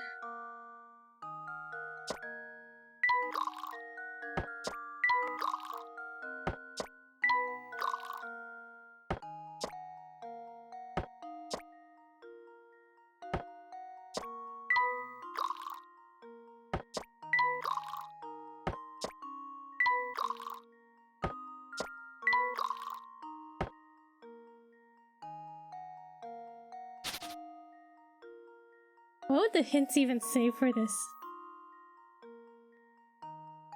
Keep ending up with 277. I know, right? I don't know what else to do. The first hint will probably be like, just try it. Just trial and error it.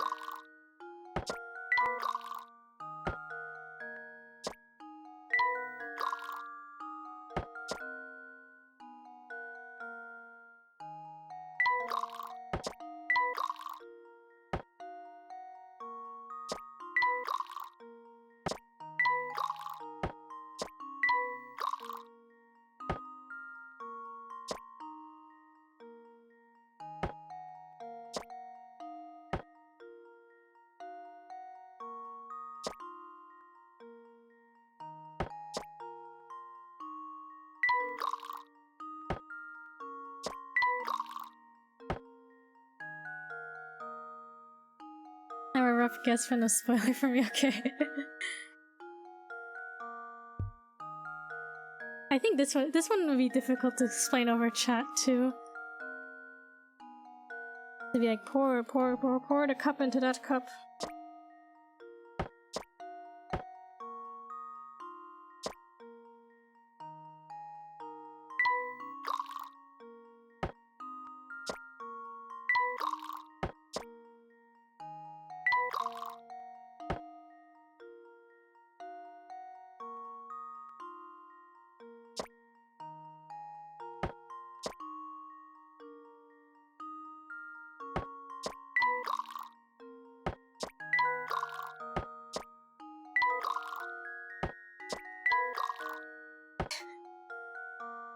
Hint, fill the cup with the other cup. You're right, I keep ending up with 2s and 7s.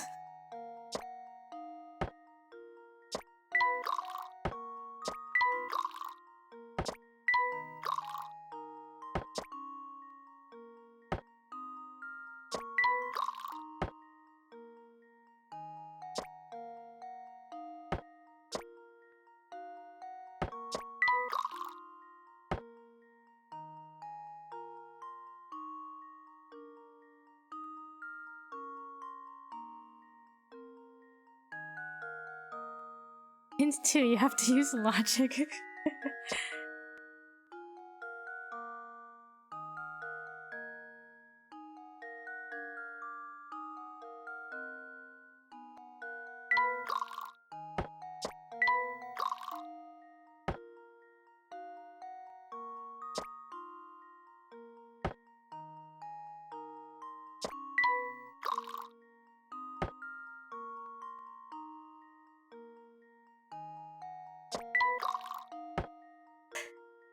We're back where we started.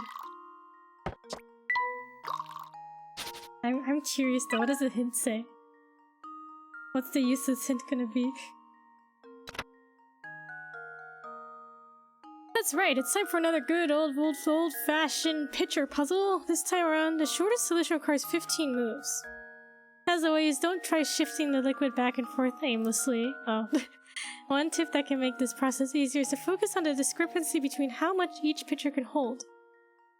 Other than that, just do what you've been doing all along these puzzles and you'll come out on top. 15 moves.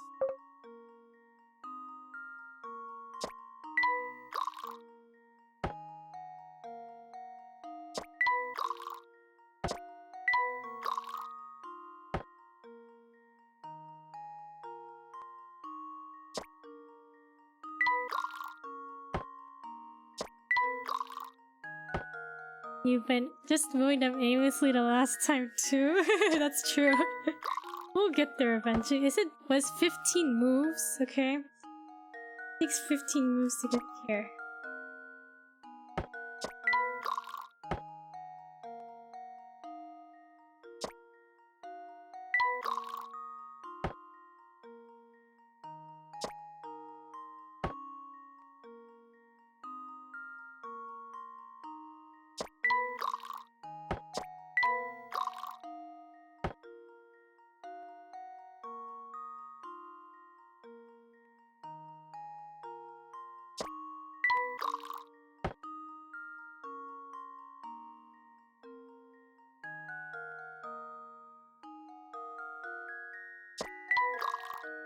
13? Have we seen 13 yet?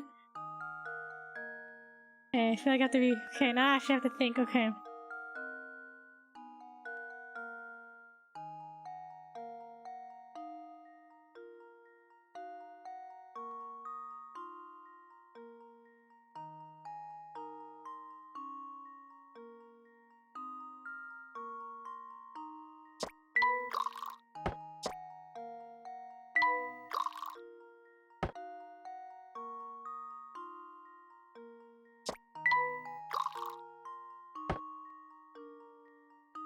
You're telling me you haven't been thinking this whole time? I haven't been thinking. I've been thinking, but not thinking critically, alright? No critical thinking.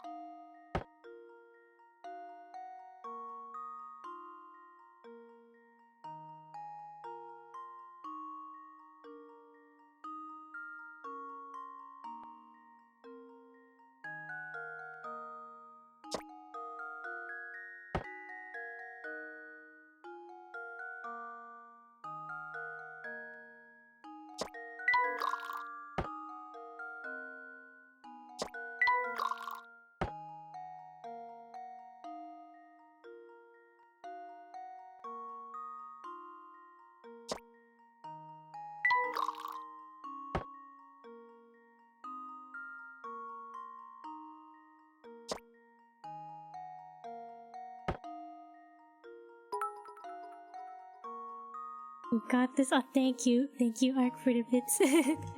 Okay. Feel like we're getting there. If I'm not sure. We need 8, right? Exactly 8 parts water.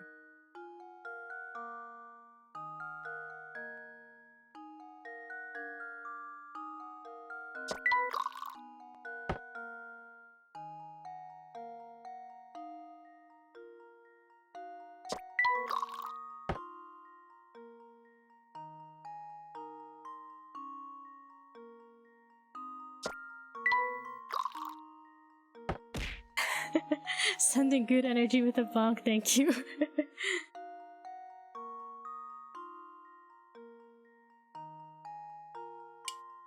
Right? Maybe hitting my head will summon something. Summon logical thinking. I think I have to pass this puzzle, right? For the story to progress.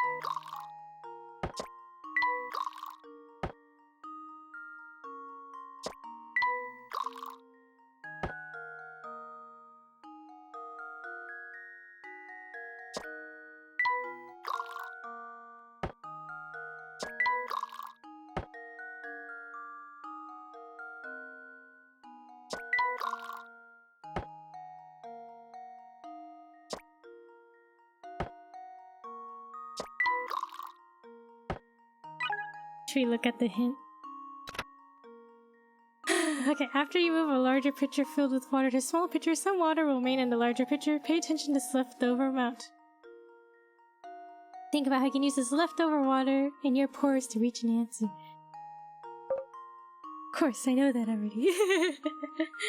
Alright.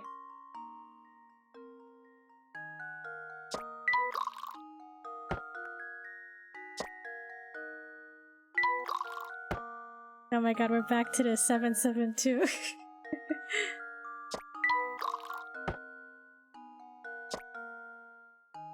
Okay, restart.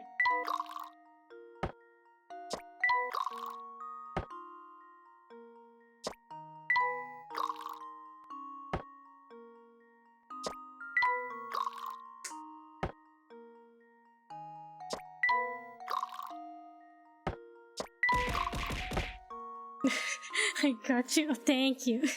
Thanks, Kika. Oh my god, okay.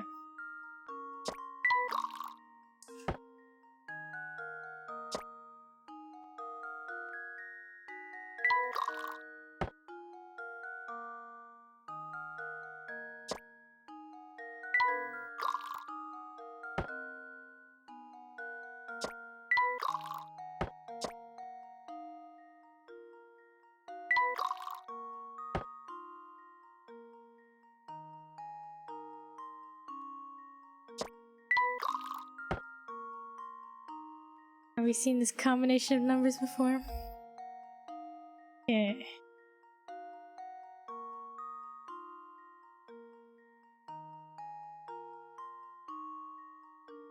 Six, 7, 8, 9, 4.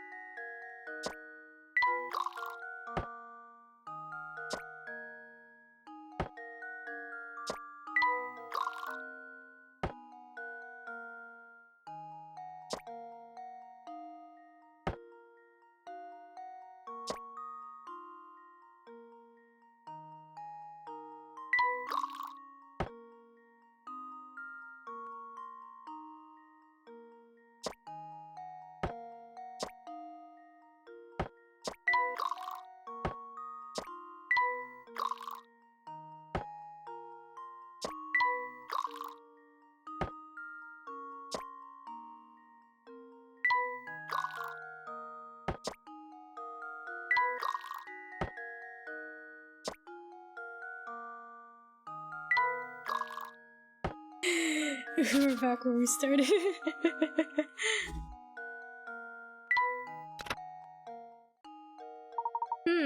I guess it's impossible.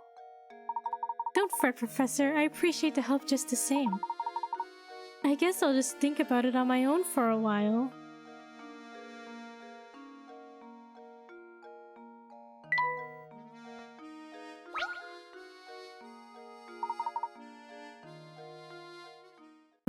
Do I have to help Crouton? Maybe he doesn't have any useful information. Let's go ask somebody else. Huh? It's still locked shut. Just when will this place open? I wouldn't get your hopes up. The gate's covered in dust. I don't think anyone's been here for a long time.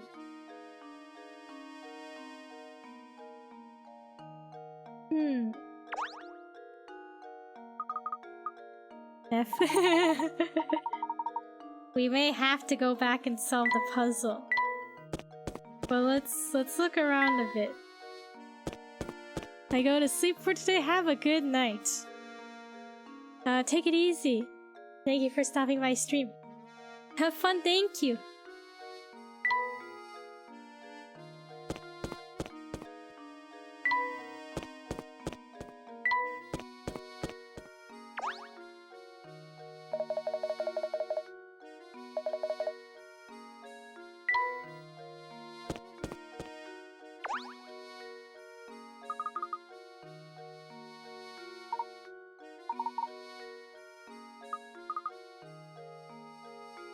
Okay, right, we're stuck on this town, right?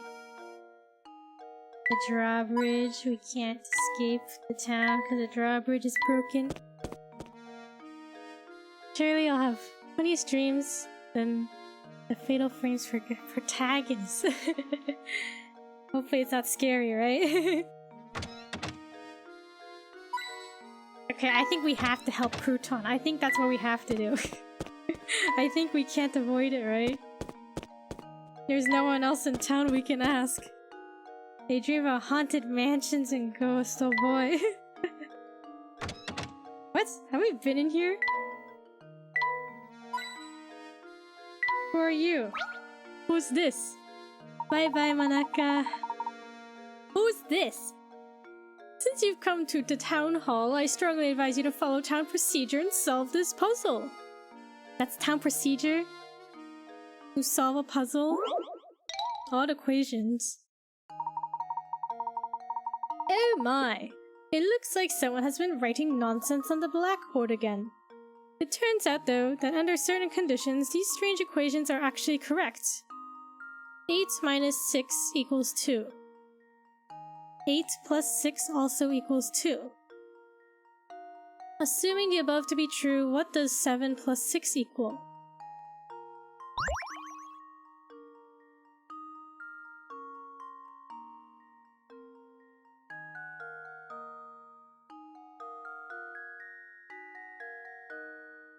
One? That's what I was thinking, because to get to 7 is just 8 minus 1, right? So therefore it'd be like, just take off 1.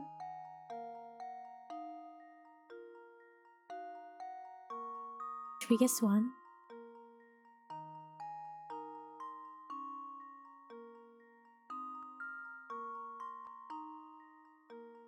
I was thinking of negative integers or something. Nah, I went to first grade before, and 8 minus 6 ain't 1. I know that for sure. We'll have to see. Is it 1? Luke, here's my answer. Critical thinking is the key to success. Oh, it's related to time? This puzzle is using time as a framework for the calculations. Take away 6 hours from 8 AM, time becomes 2. Move forward 6 hours from 8 AM, and the time becomes 2. Therefore, if you add 6 hours to 7 AM, you should arrive to the answer 1 PM. I see. Oh. I used the wrong equation to get to the right answer. That's what I'm thinking too. I was like, oh, we just logically thought about it, right? The only difference between 8 and 7 is 1, right? So therefore, it must have been a difference of 1. I would have never made the association that it was with time. Thank you, that will do nicely. Now please vacate the premises. I don't remember this place at all. Town hall. Those are framed forms on the wall. What a loon. It's a gorgeous chandelier, but it's all tarnished. It's just forms and pens as far as the eyes can see. Bleh. Better not touch anything or that man will throw a fit.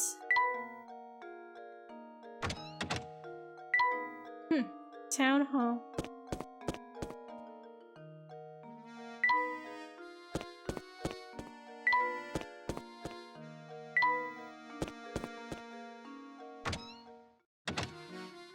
No, not here. Where's Crouton's shop again? His restaurant? Huh? Ahem! You there, yes you. Do you mean me, good sir? Yep, you. This flower vase is yours, right? I've been keeping it nice and safe for you. Huh?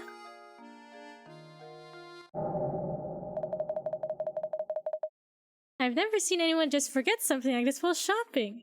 You're a vase space case. Haha. Who's this ominous person standing in the background, huh?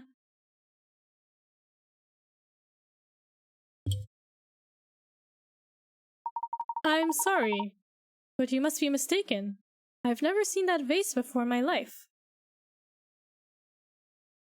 What? This fancy vase doesn't belong to you? So why'd that guy tell me to give this to you? That guy? Hmm? What did this man look like?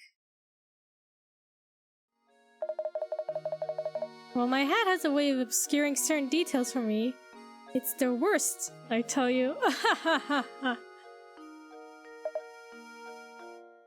I should use that joke.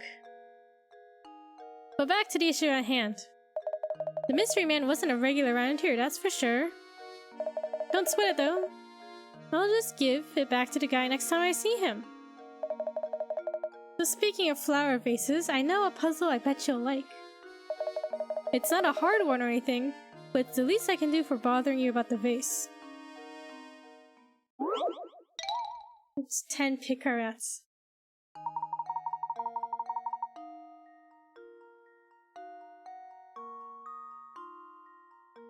Someone knocked over this fabulous vase and shattered it. Fit the pieces together and restored a vase to its original shape. There's one catch though. Mixed in with the pieces is a single piece from a different vase.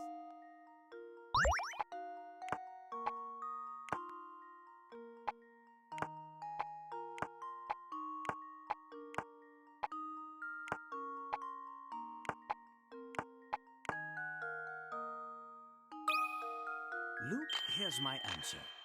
Every puzzle has an answer. Repairing the vase wasn't much of a challenge, was it? Oh, if only fixing things in real life were this simple. You've got a good head on your shoulders. I'm impressed. By the way, you sure you don't want to take some fresh sausage home with you? Believe me, there are some links you don't want to be missing. No thank you, we're just fine. Too bad. Not to bust your chops or anything, but that deal was a one-time offer.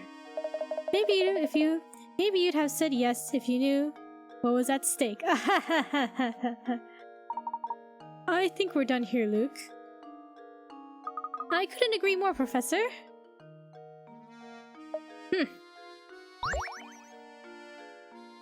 Layton did not appreciate this man's meat puns. What's this? What kind of louse just throws trash on the ground? I'm going to pick it up. It's an old newspaper. Honestly, you'd think that everyone would know the trash goes in the trap. Wait a second. You have to come take a look at this article. Well, would you look at that? It seems to be Inspector Chelmy. Look at that! Chelmy hailed as brilliant detective and devoted husband.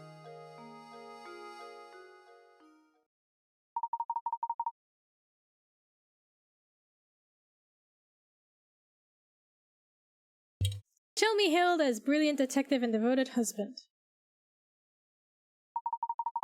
Chelmy celebrates each successful case with his favorite treat, his wife's sweet potato fritters.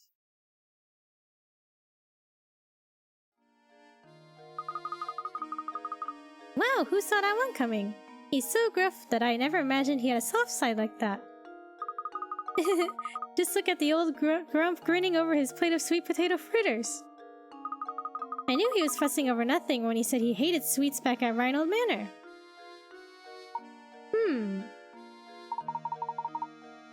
That's right, Luke. He did say that. How very curious.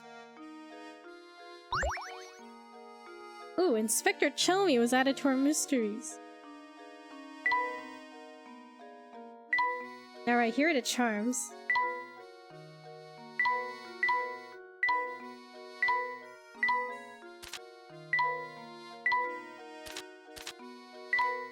I guess they're just collectibles, right? Alright, mysteries. Though Chelmy claims to dislike all sweets, a scrap of newspaper Luke found claims that his favorite food in the world is sweet potato fritters. That being the case, why did Chelmy fly into such a rage when Matthew brought him sweets at the manor?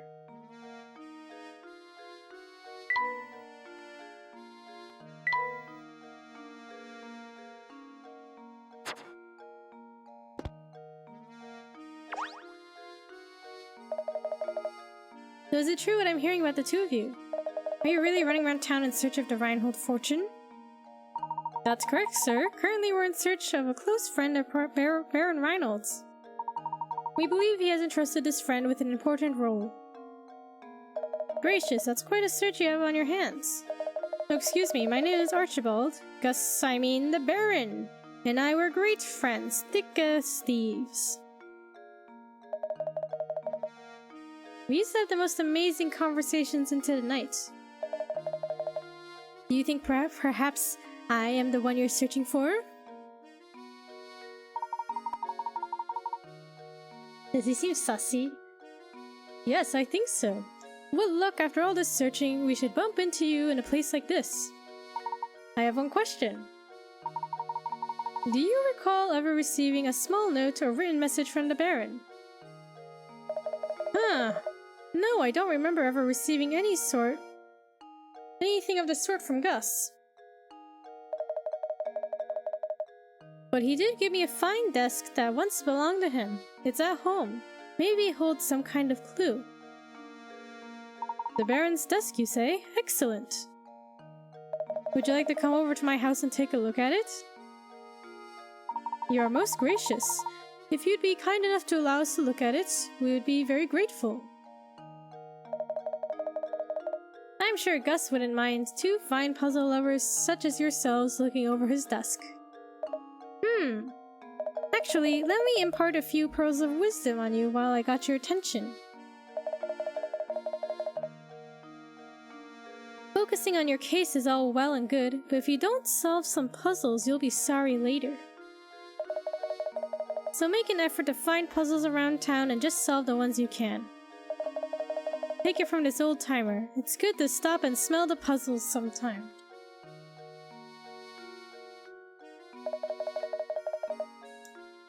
Alright, I'll get off my high horse now. Let's head on over to my house. Follow me.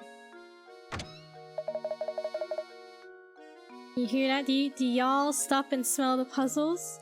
You're walking around and you think, oh, a hidden puzzle, and you solve puzzles. Or that reminds me of a puzzle and you tell all your friends. This is Gus's old desk. Take all the time you need to examine it.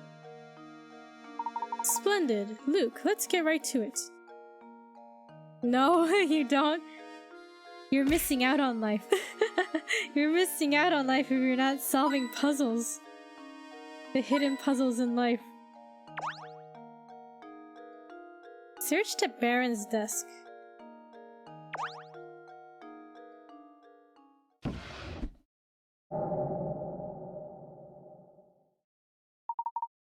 Seems to be a note.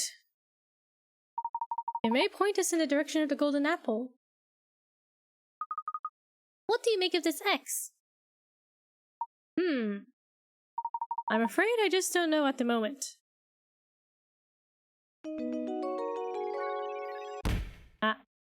We're done with chapter 5? Okay. I didn't really get to inspect the rest of his desk. I just happened to click on the drawer. Sorry to interrupt you, but I just received a call for you from the innkeeper, Beatrice. It seems she's concerned about one of her lodgers, and she'd like your thoughts on the problem. Well, we'd best go help her. Thank you, Archibald. Now off to the inn we go, Luke. Okay, can we look at the desk? All these books look very long. What a nice hourglass. This letter appears to have been left unfinished. What lovely craftsmanship.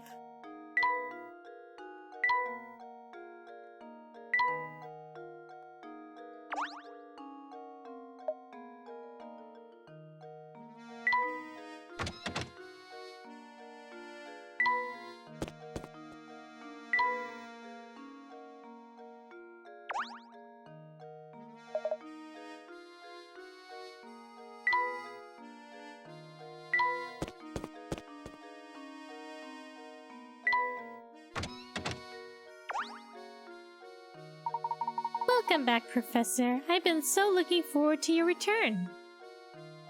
thank you. Was there something you wish to discuss with me? Oh my, yes, listen to this. One of the guests here just performed a doze and dash routine on me. The man's gone and so are all his things. I'd like you to bring him back. I'm a businesswoman after all. How can I run a business with a scoundrel skipping out on the bill like this? Would you mind if I looked around the man's room? Please do. Look all you want. Here, I'll show you in. Yeah, it's trash. Look at all this trash. Yuck. What an absolute pigsty. This whole place stinks of smoke and there's trash everywhere. Beatrice, can you describe this guest's appearance for me? Well, he had a sharp mustache, and it was pretty clear he wasn't from around here. That was obvious. A mustache reeks of smoke. Oh. Do you suppose she could be talking about Inspector Chelmy?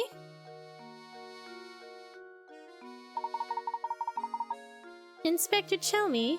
Isn't he the self-important windbag who's been up at Reynold Manor? No, that's not him. The man who stayed here just looks so much more... evil. He was wearing a long trench coat. I'm sure you know the type. Oh, where could he have run off to? Sorry to ask this, Professor, but would you be a darling and find the thief who skipped out on his bill?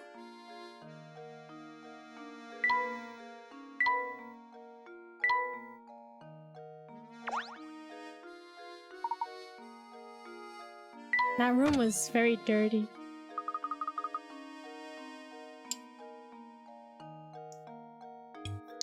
Like, isn't it like, I don't know, like I know like it's an inn and like you can like, you know, you don't have to clean up after yourself, but that was too dirty, wasn't it? That was too much trash in there. Be a darling and find that bill dodging thief. Honestly, how are we ever going to make progress on our search for the golden apple? Things aren't looking good. No one knows anything about the item in question, and we have no leads. I'm beginning to wonder if this golden apple that everyone is in a flap over even exists. Now, Luke, I wouldn't say we're without any leads. Think, my boy. There's a place in St. Mystere that every villager has wanted to stay away from. Now, has warned us to stay away from. The tower, right? What do you mean? The tower, Luke. No matter who we ask, no one seems to know a thing about the place. But suppose for a moment that the tower has something to do with the golden apple. Then it follows that the people of St. Mystere, scared to draw near the tower, wouldn't know anything. Of course, we need to investigate that tower. The tower marks the far northern border of St. Mystere. Let's search the road north of the market for a route to the tower.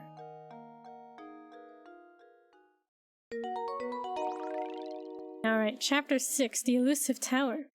Search the village for a path to the tower.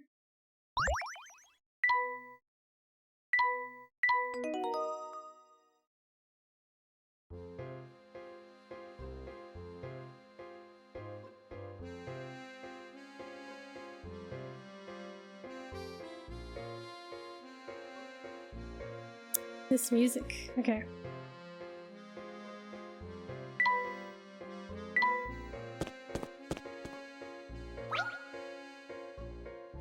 Good day, gentlemen. How's your investigation coming along? I can't imagine it's much fun asking questions all day, so how about a puzzle to liven things up? The sound of silence.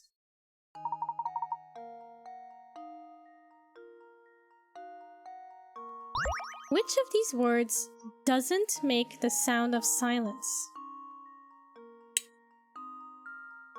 Note, rhythm, rest, treble, chord, or scale.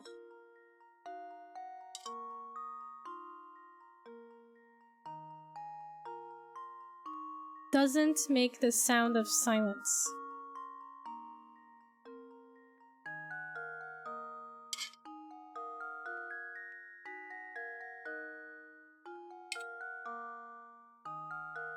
Okay, these are all music-related words, right?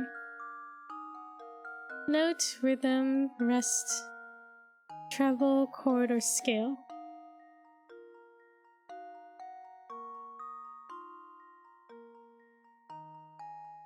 What does this even mean? I don't know.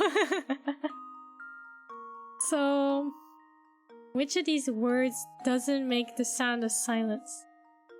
Note, rhythm, rest, treble, chord, or scale.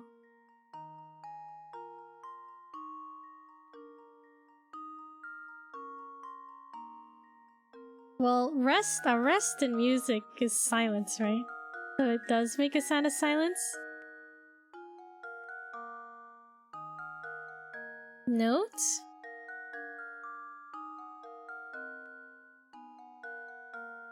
Did you have a silent note? Or maybe chord.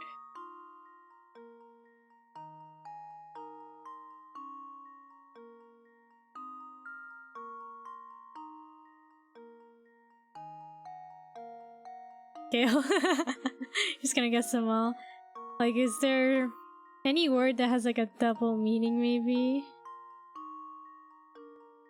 Which of these words doesn't make the sound of silence? I'm gonna say scale.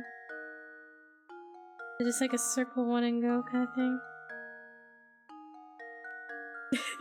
All of them. All of them don't make the sound of silence.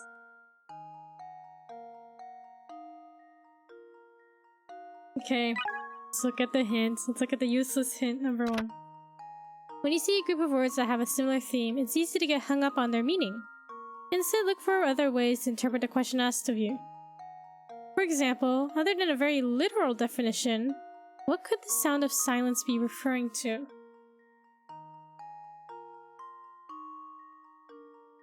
Other than a very literal definition, what could the sound of silence be referring to?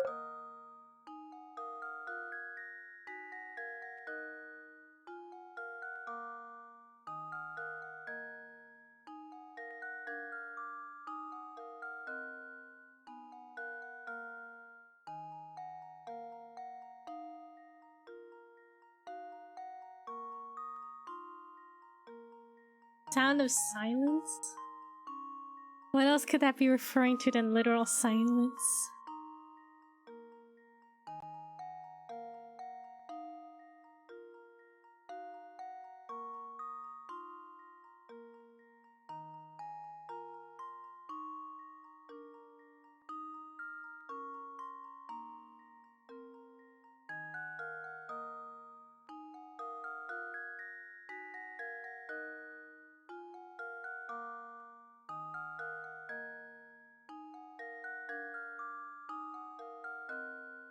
Should I look at the second hint? Okay, my sound of silence. Rest, treble, chord, scale.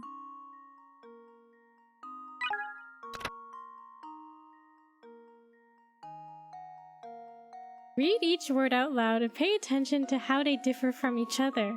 In particular, think about how each word is pronounced. Note, rhythm, rest, treble, chord, scale. The H is silent in chord.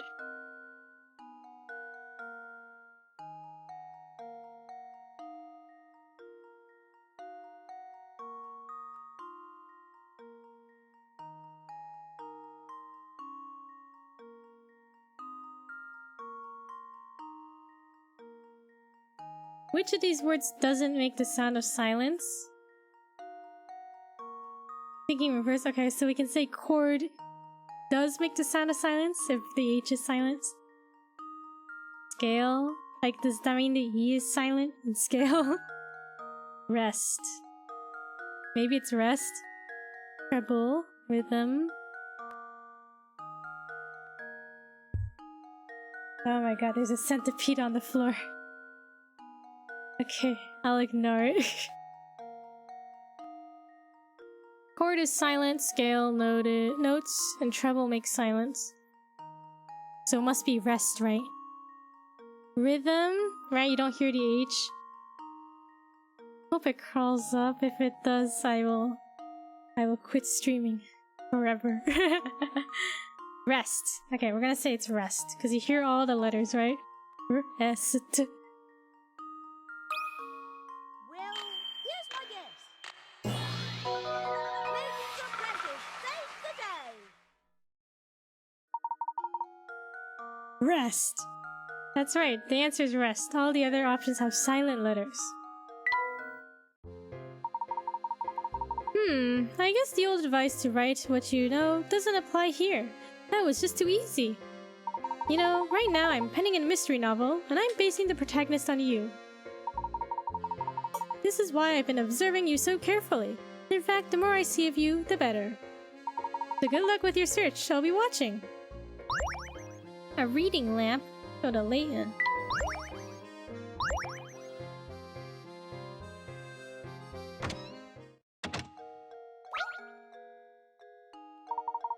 I'm responsible for managing the influx and outflux of residents in Saint Mystere. In other words, I supervise who gets to stay in this village and who has to be shown the door. If you wish to stay in Saint Mystere, I strongly advise you that you butter me up by solving this puzzle. How many squares? This board has 12 dots on it. Your task is to connect the dots to form as many squares as possible. You can use each dot multiple times, and you can orient the squares however you wish to fit them on the board. However, to be counted as a square, each corner must be on a dot. How many different squares can be drawn on the board?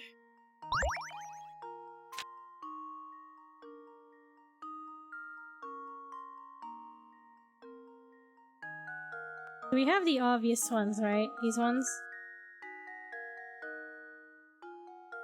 5 right there. And then the diagonal. Some sort of diagonal square, perhaps? I'm gonna say 6. Alright, 6. 1, 2...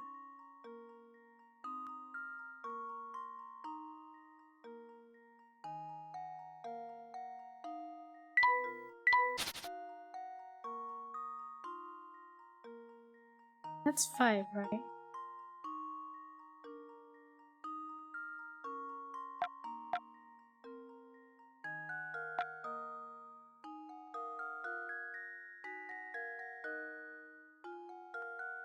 I mean 4. That's 4? 4 plus 5? Was the other one 5?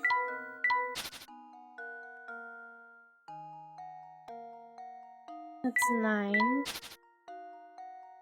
Is there another square we can make?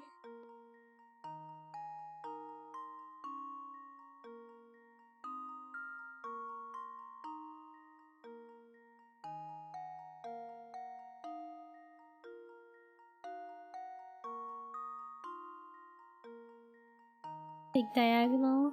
Never mind. No big diagonal, I guess.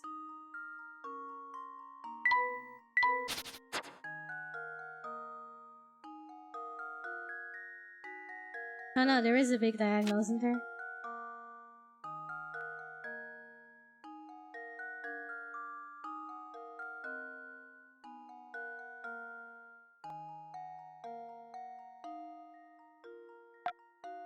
That's 2 more. We have 5, 4, 2. That's 11.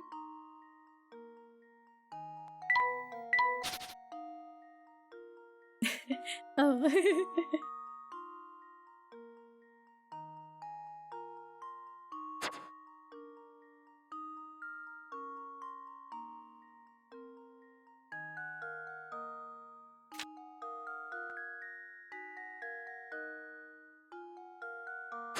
We say 11. Maybe there's more.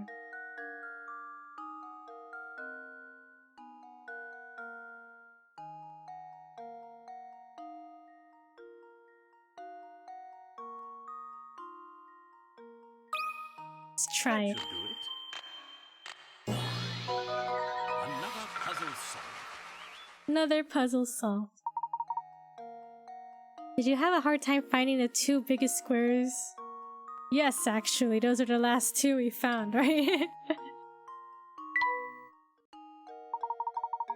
Ah, yes, that's the answer. Very well then. I approve your application to visit Saint Mystere. But when you have finished your business here, I strongly advise you to leave town. A gramophone? Give that to Layton.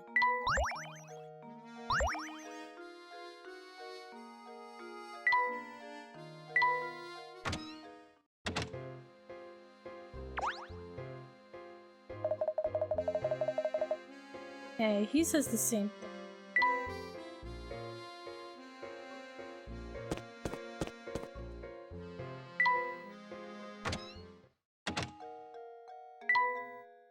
Anything in here? Any new puzzles? No?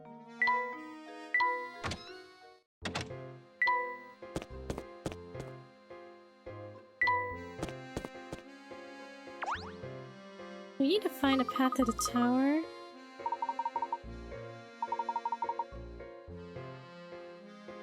Ah, she's got a puzzle for us.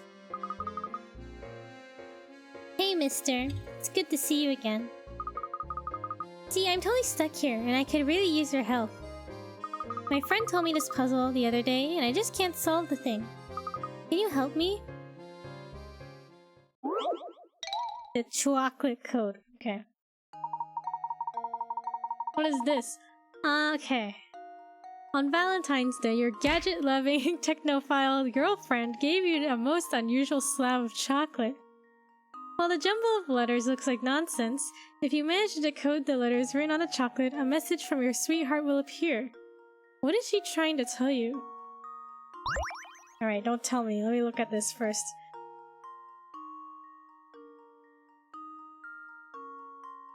Your gadget-loving technophile girlfriend gave you a most unusual slab of chocolate. What is she trying to tell you?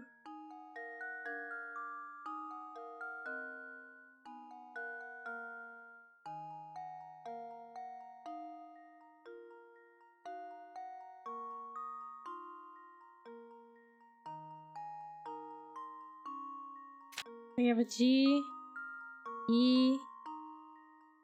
It's an ugly G. Let me rewrite that.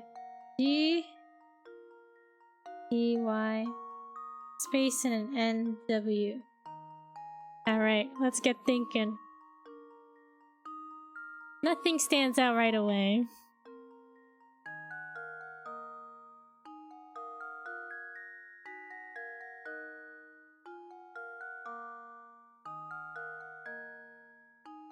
You managed to decode the letters written on the chocolate. A message from your sweetheart will appear. What is she trying to tell you? Okay, she's a gadget-loving technophile girlfriend. So is it gadget related?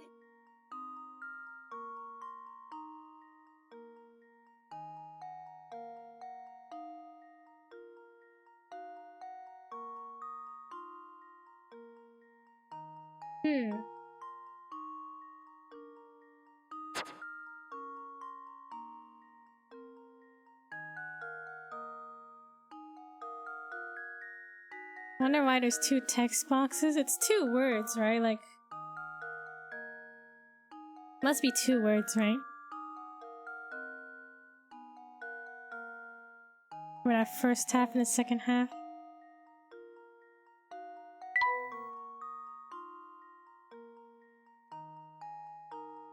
We can enter up to 4 letters, right? Up to 4 letters we can enter.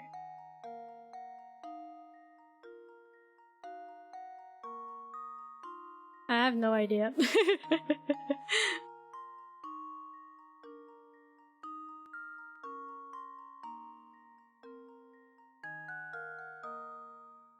Should we look at a hint?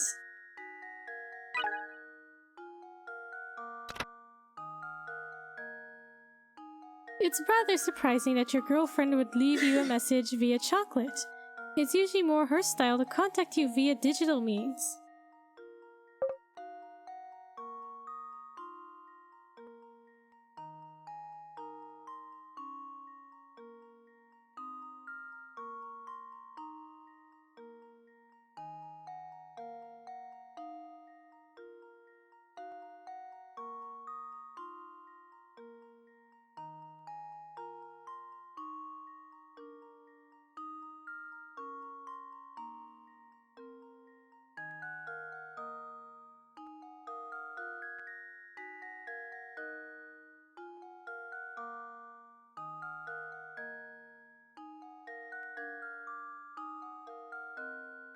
Any ideas?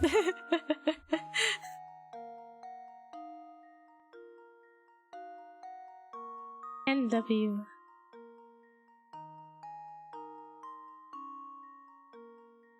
It's like one of those if she would naturally, if she'd usually text you or contact you digitally, are these short for something? These words, these letters, acronym.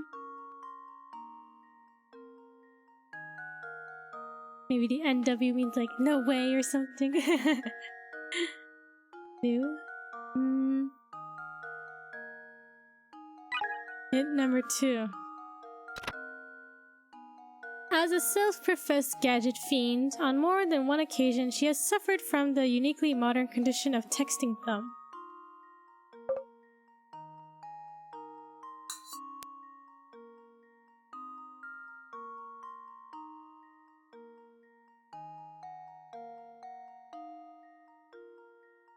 What if the W is an M? That's what I was thinking. Like if it's upside down.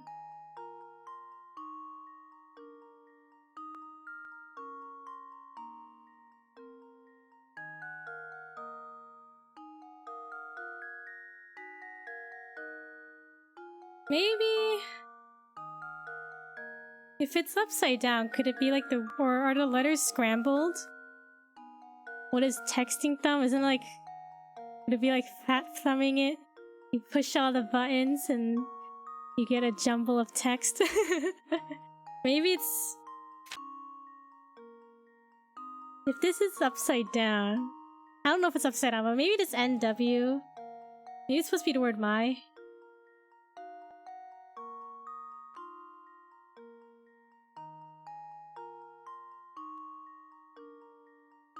NW. Or maybe it's me?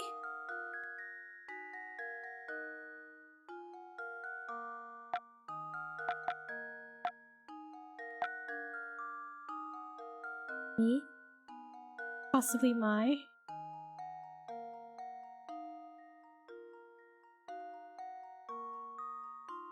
Okay, what letters are close to G?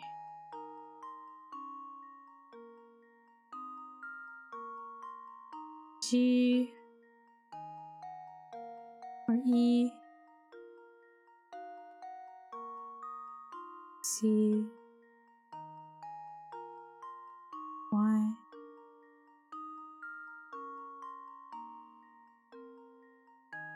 I would say it's like my love, but I don't think the letter L is close by.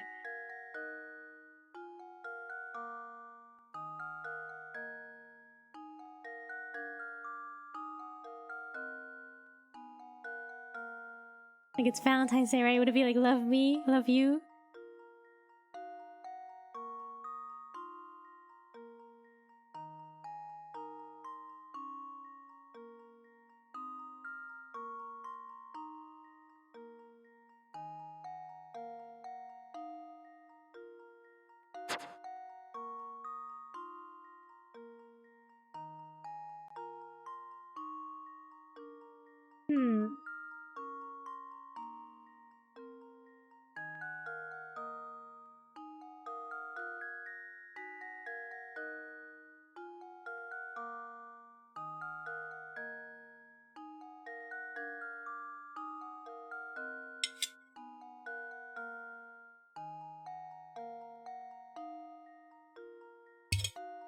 Alright.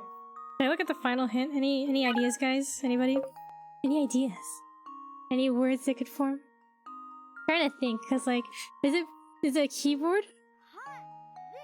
Hot ziggity. I don't think that's the answer.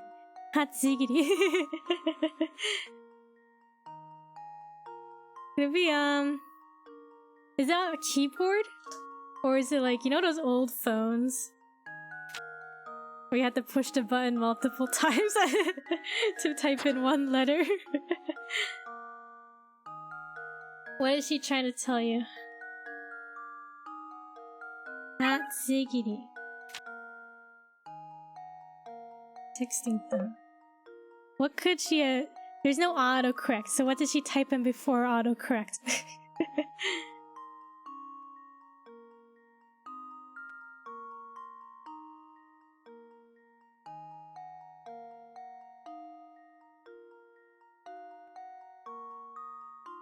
If you look at a computer keyboard, I think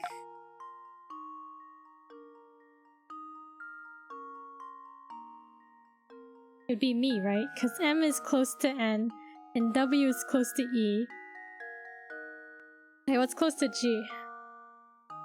G? E? G?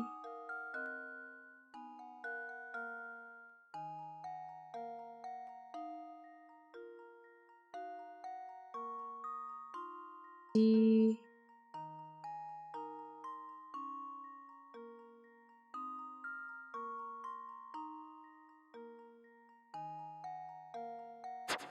I feel like if I look at the final hint, it's just gonna be like something we already know. I don't know. If you're stuck, just look at your closest keyboard for a hint, bruh. I knew it. I knew the hint would be useless. I told you, didn't I? It'd be something we already knew. What do you think I've been doing?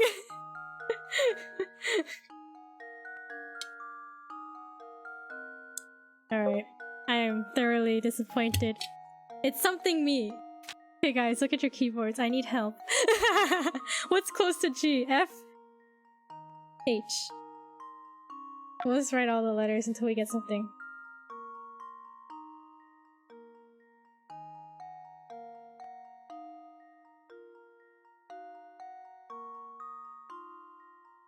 And Y, and V. Oh, E. W, R, S, E, T, X, D, F, V, Y, T, U, H, G.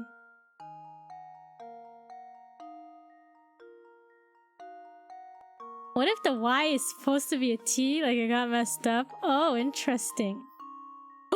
Oh, is it text me? Text me?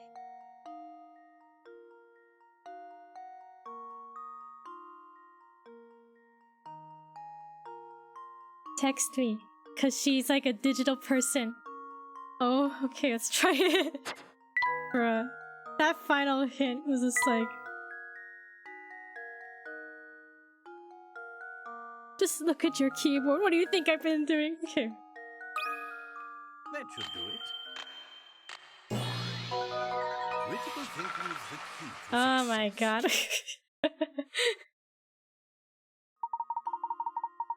This girl. Can't believe it. Your girlfriend's messages text me. The bites taken out of chocolate show how much each letter written on the chocolate... Wait, the bites taken out of the chocolate show you how each letter written on the keyboard relates to letters on a keyboard. Relates how each letter written on the chocolate relates to letters on a keyboard. Big brain. Biggest brain in the Wild West. Yo, she does not know how to spell, girl. Okay. Wait, what? Okay, I saw the bites of chocolate. Hold on, we'll go back to the puzzle in just a second. Can you keep a secret? Don't tell it. Hey, Drea, you told me the answer, okay? Thanks, mister. Puzzle 67. Hold on. Hold on, let me just look at this again. Puzzle 67. Yo, I saw the bite marks in the chocolate. And I was gonna be like... I was gonna say, like, dang. She really, like, ate this chocolate, but, like, I was just like, whatever, it probably has nothing to do with it. But I guess so. The G has a bite above. The C has a bite to the left. No. The Y to the left. Bruh. What did the bite marks have to do with anything? I see, but, like... Such a weird detail. I mean, I guess it's, like, very obvious, like... Oh, there's bites taken out of the chocolate, but like... Yeah, why can't she just spell it correctly in the first place? Why'd she have to...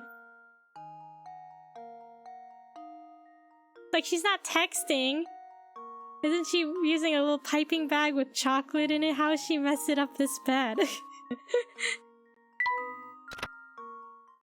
And she was like, oh no. I spelled everything wrong. Let me bite the chocolate. Let me bite it so he knows. So he knows to, you know, look at his keyboard and look at the other letters.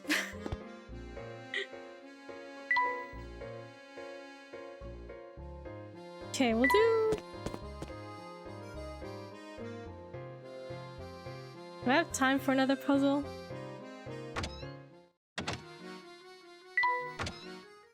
Maybe one more puzzle? It's fine. Okay, let's see if we can find a path to the tower.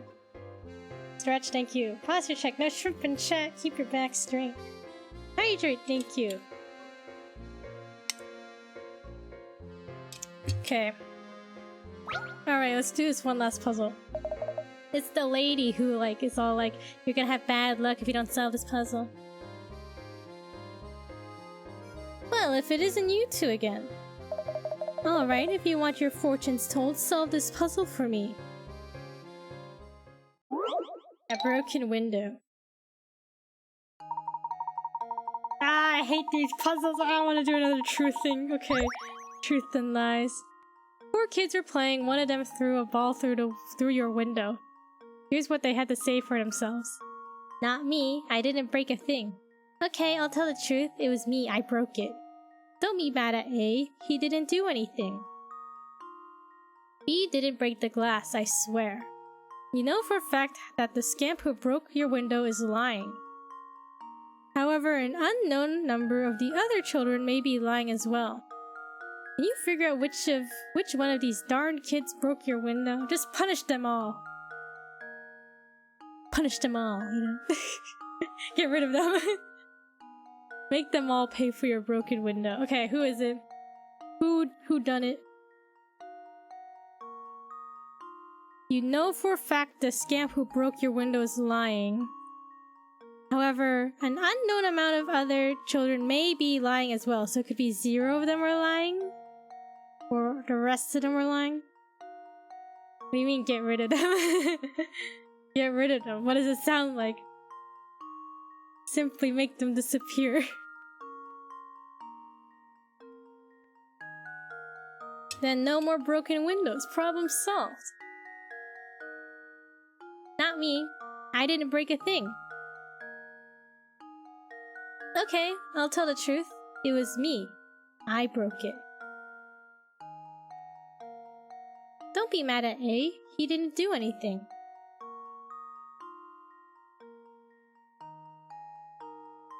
B didn't break the glass, I swear.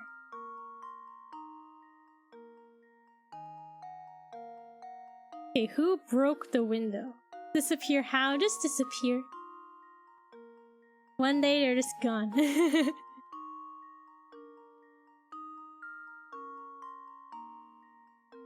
So regardless of who's lying, we gotta figure out who broke the window.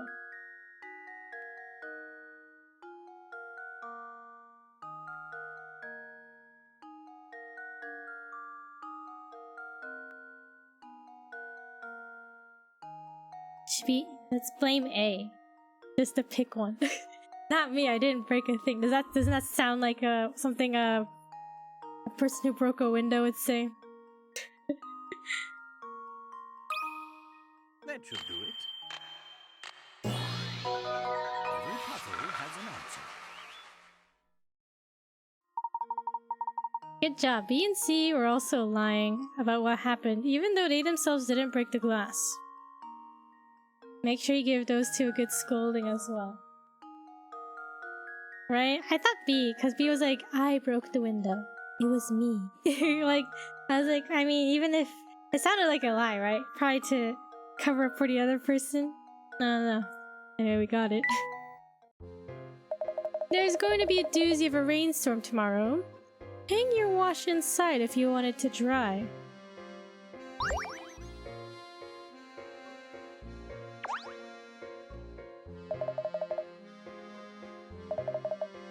You sure I can't interest you in a nice cut of veal?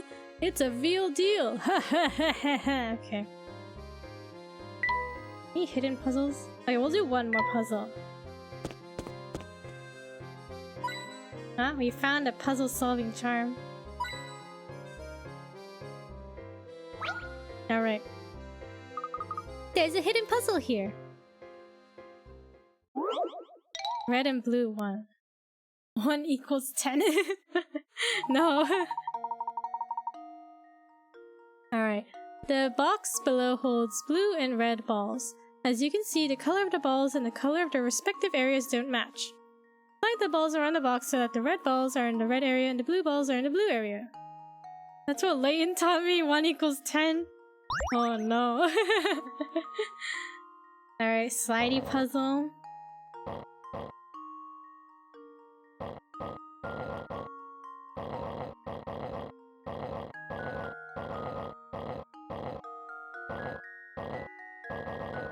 Great.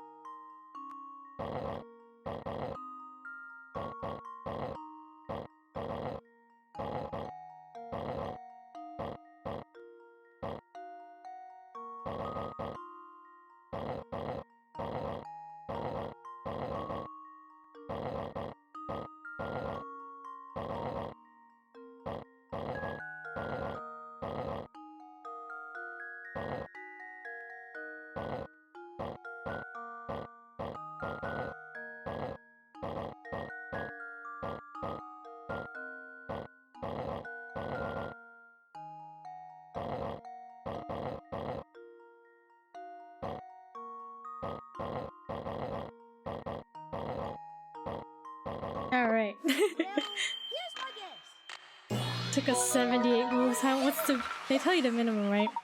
This puzzle can be completed in 30 moves. Does that make you want to retry it? No. Nice, thank you. That puzzle was a tough one. It says 1, that means there's more, right?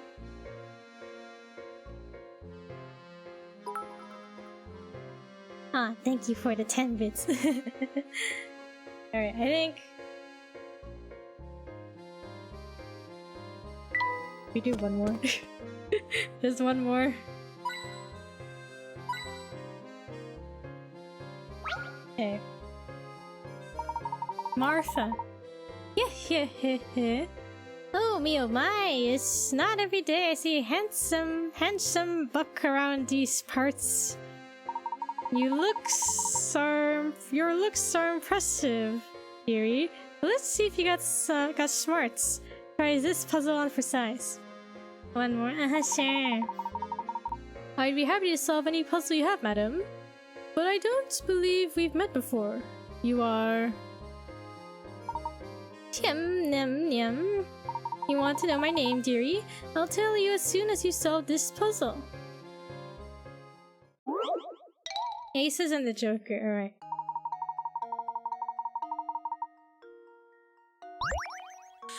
You've scattered a deck of 52 cards and one Joker face down on the table so that you don't know which card is where.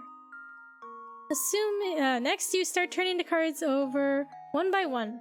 Assuming that you can't flip the same card twice, what are the percentage odds that you will turn over all 4 aces before you turn over the Joker?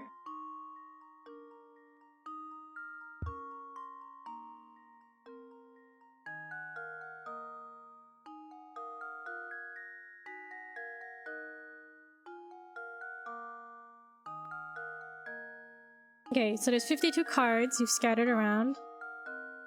and one joker face down on the table, so you don't know which card is where. You start turning the cards over one by one. Assume you can't flip the same card twice. What are the percentage odds that you'll turn over all 4 aces before you turn over the joker? Bro, I don't know. Is this like... what's the trick? Where's the trick question?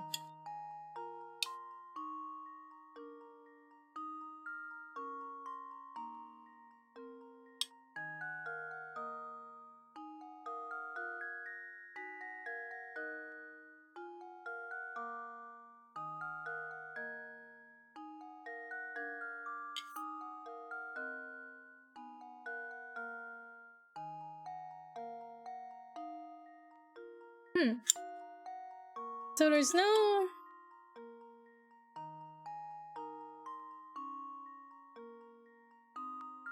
what are the percentage odds you would turn over all 4 aces before you turn over the joker? So it's not like there's like a limit, right? Like, you're just gonna keep turning all the cards over until you turn over all of them, right?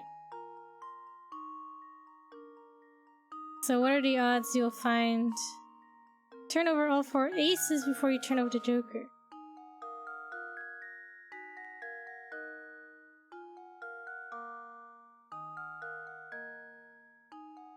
Any thoughts? Any ideas?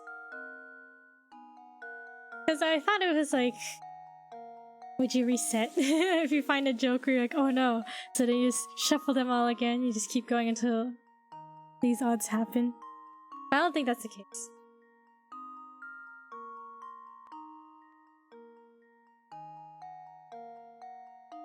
%, 0%.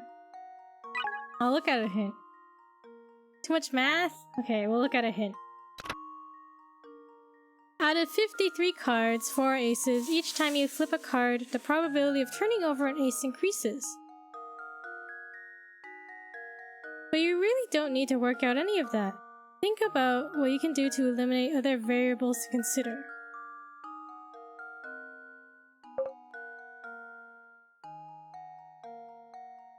Is it gonna be 100% or 0%? Which one do you think it'll be?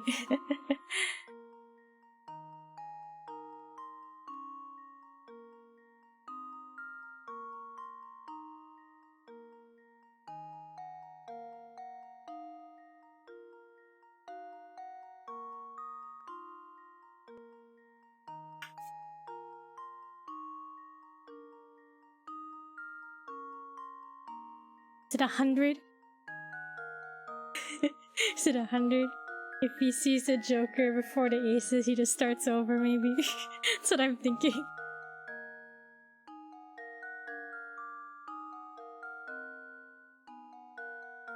We'll look at the second hint. He distilled his question down to its simplest form. It's just asking you how likely it is you flip over 4 aces in any order before you turn over the joker. The other 48 cards have nothing to do with the problem. Okay, so we're only focusing on the 5 cards on the screen, basically.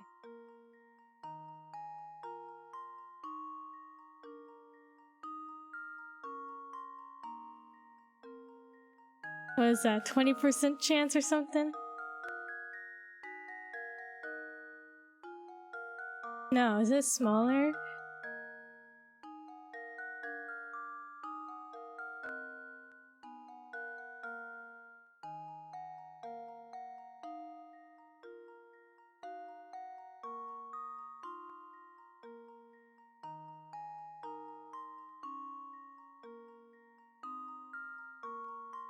Is it 20? I don't know. It's just out of these 5 cards, right? So... you have a 1 in 5 chance to get an ace. No, you have a 4 out of 5 chance to get an ace, right?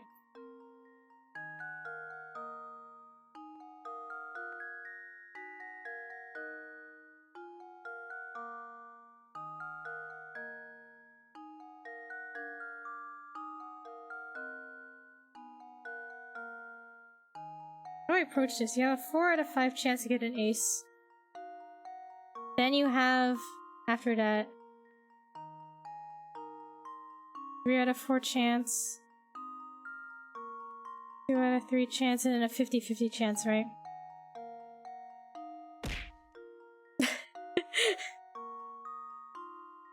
Bro, you're gonna make me lose brain cells. Alright, is this how I should be approaching this?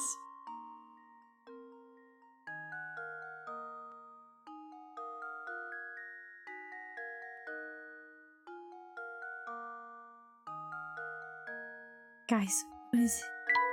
What's the answer?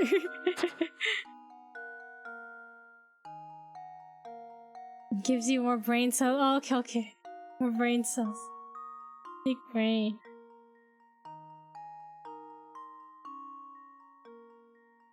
How should I know?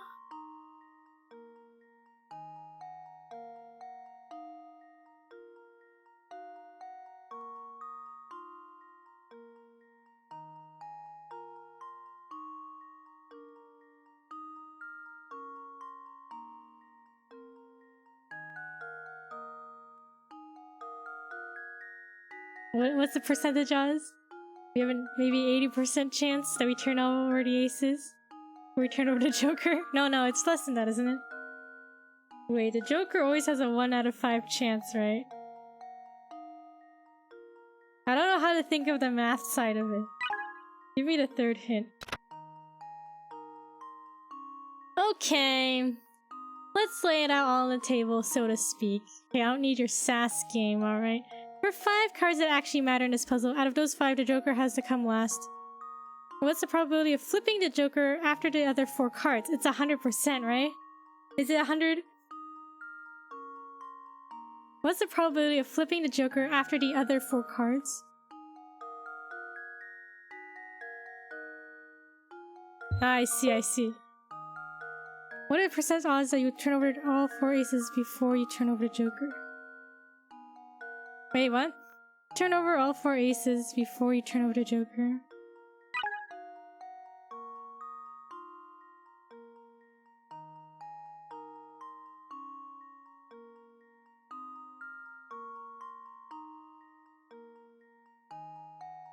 This last sentence in the hint.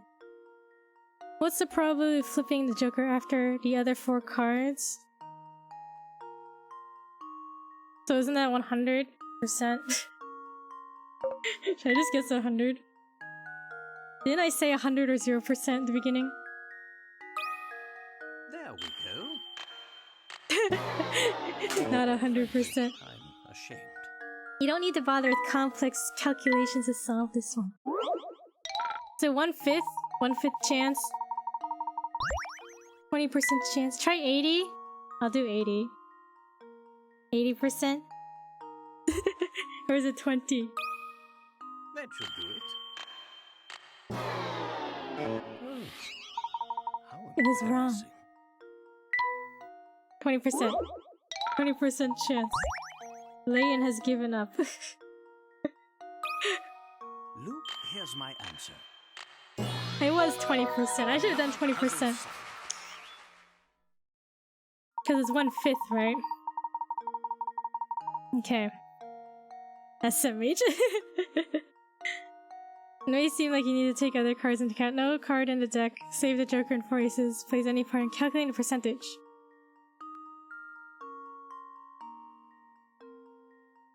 Knowing you have to deal with 5 cards, you have 5 cards to flip, and you need one of these 5 cards to be the last.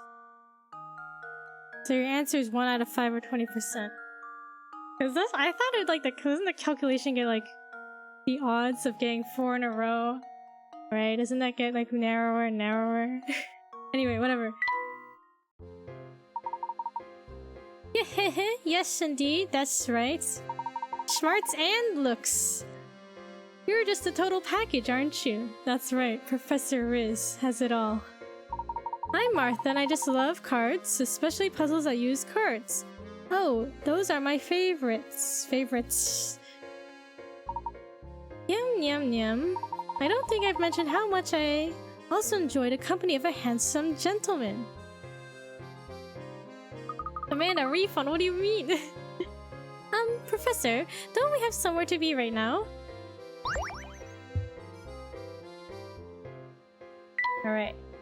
There's a note on the ground, but we will read that next time.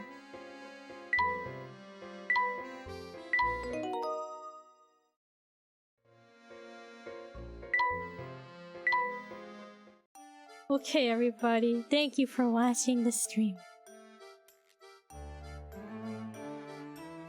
Did we make any progress? I guess we made some progress in the story. We're getting there slowly but surely, solving the mysteries.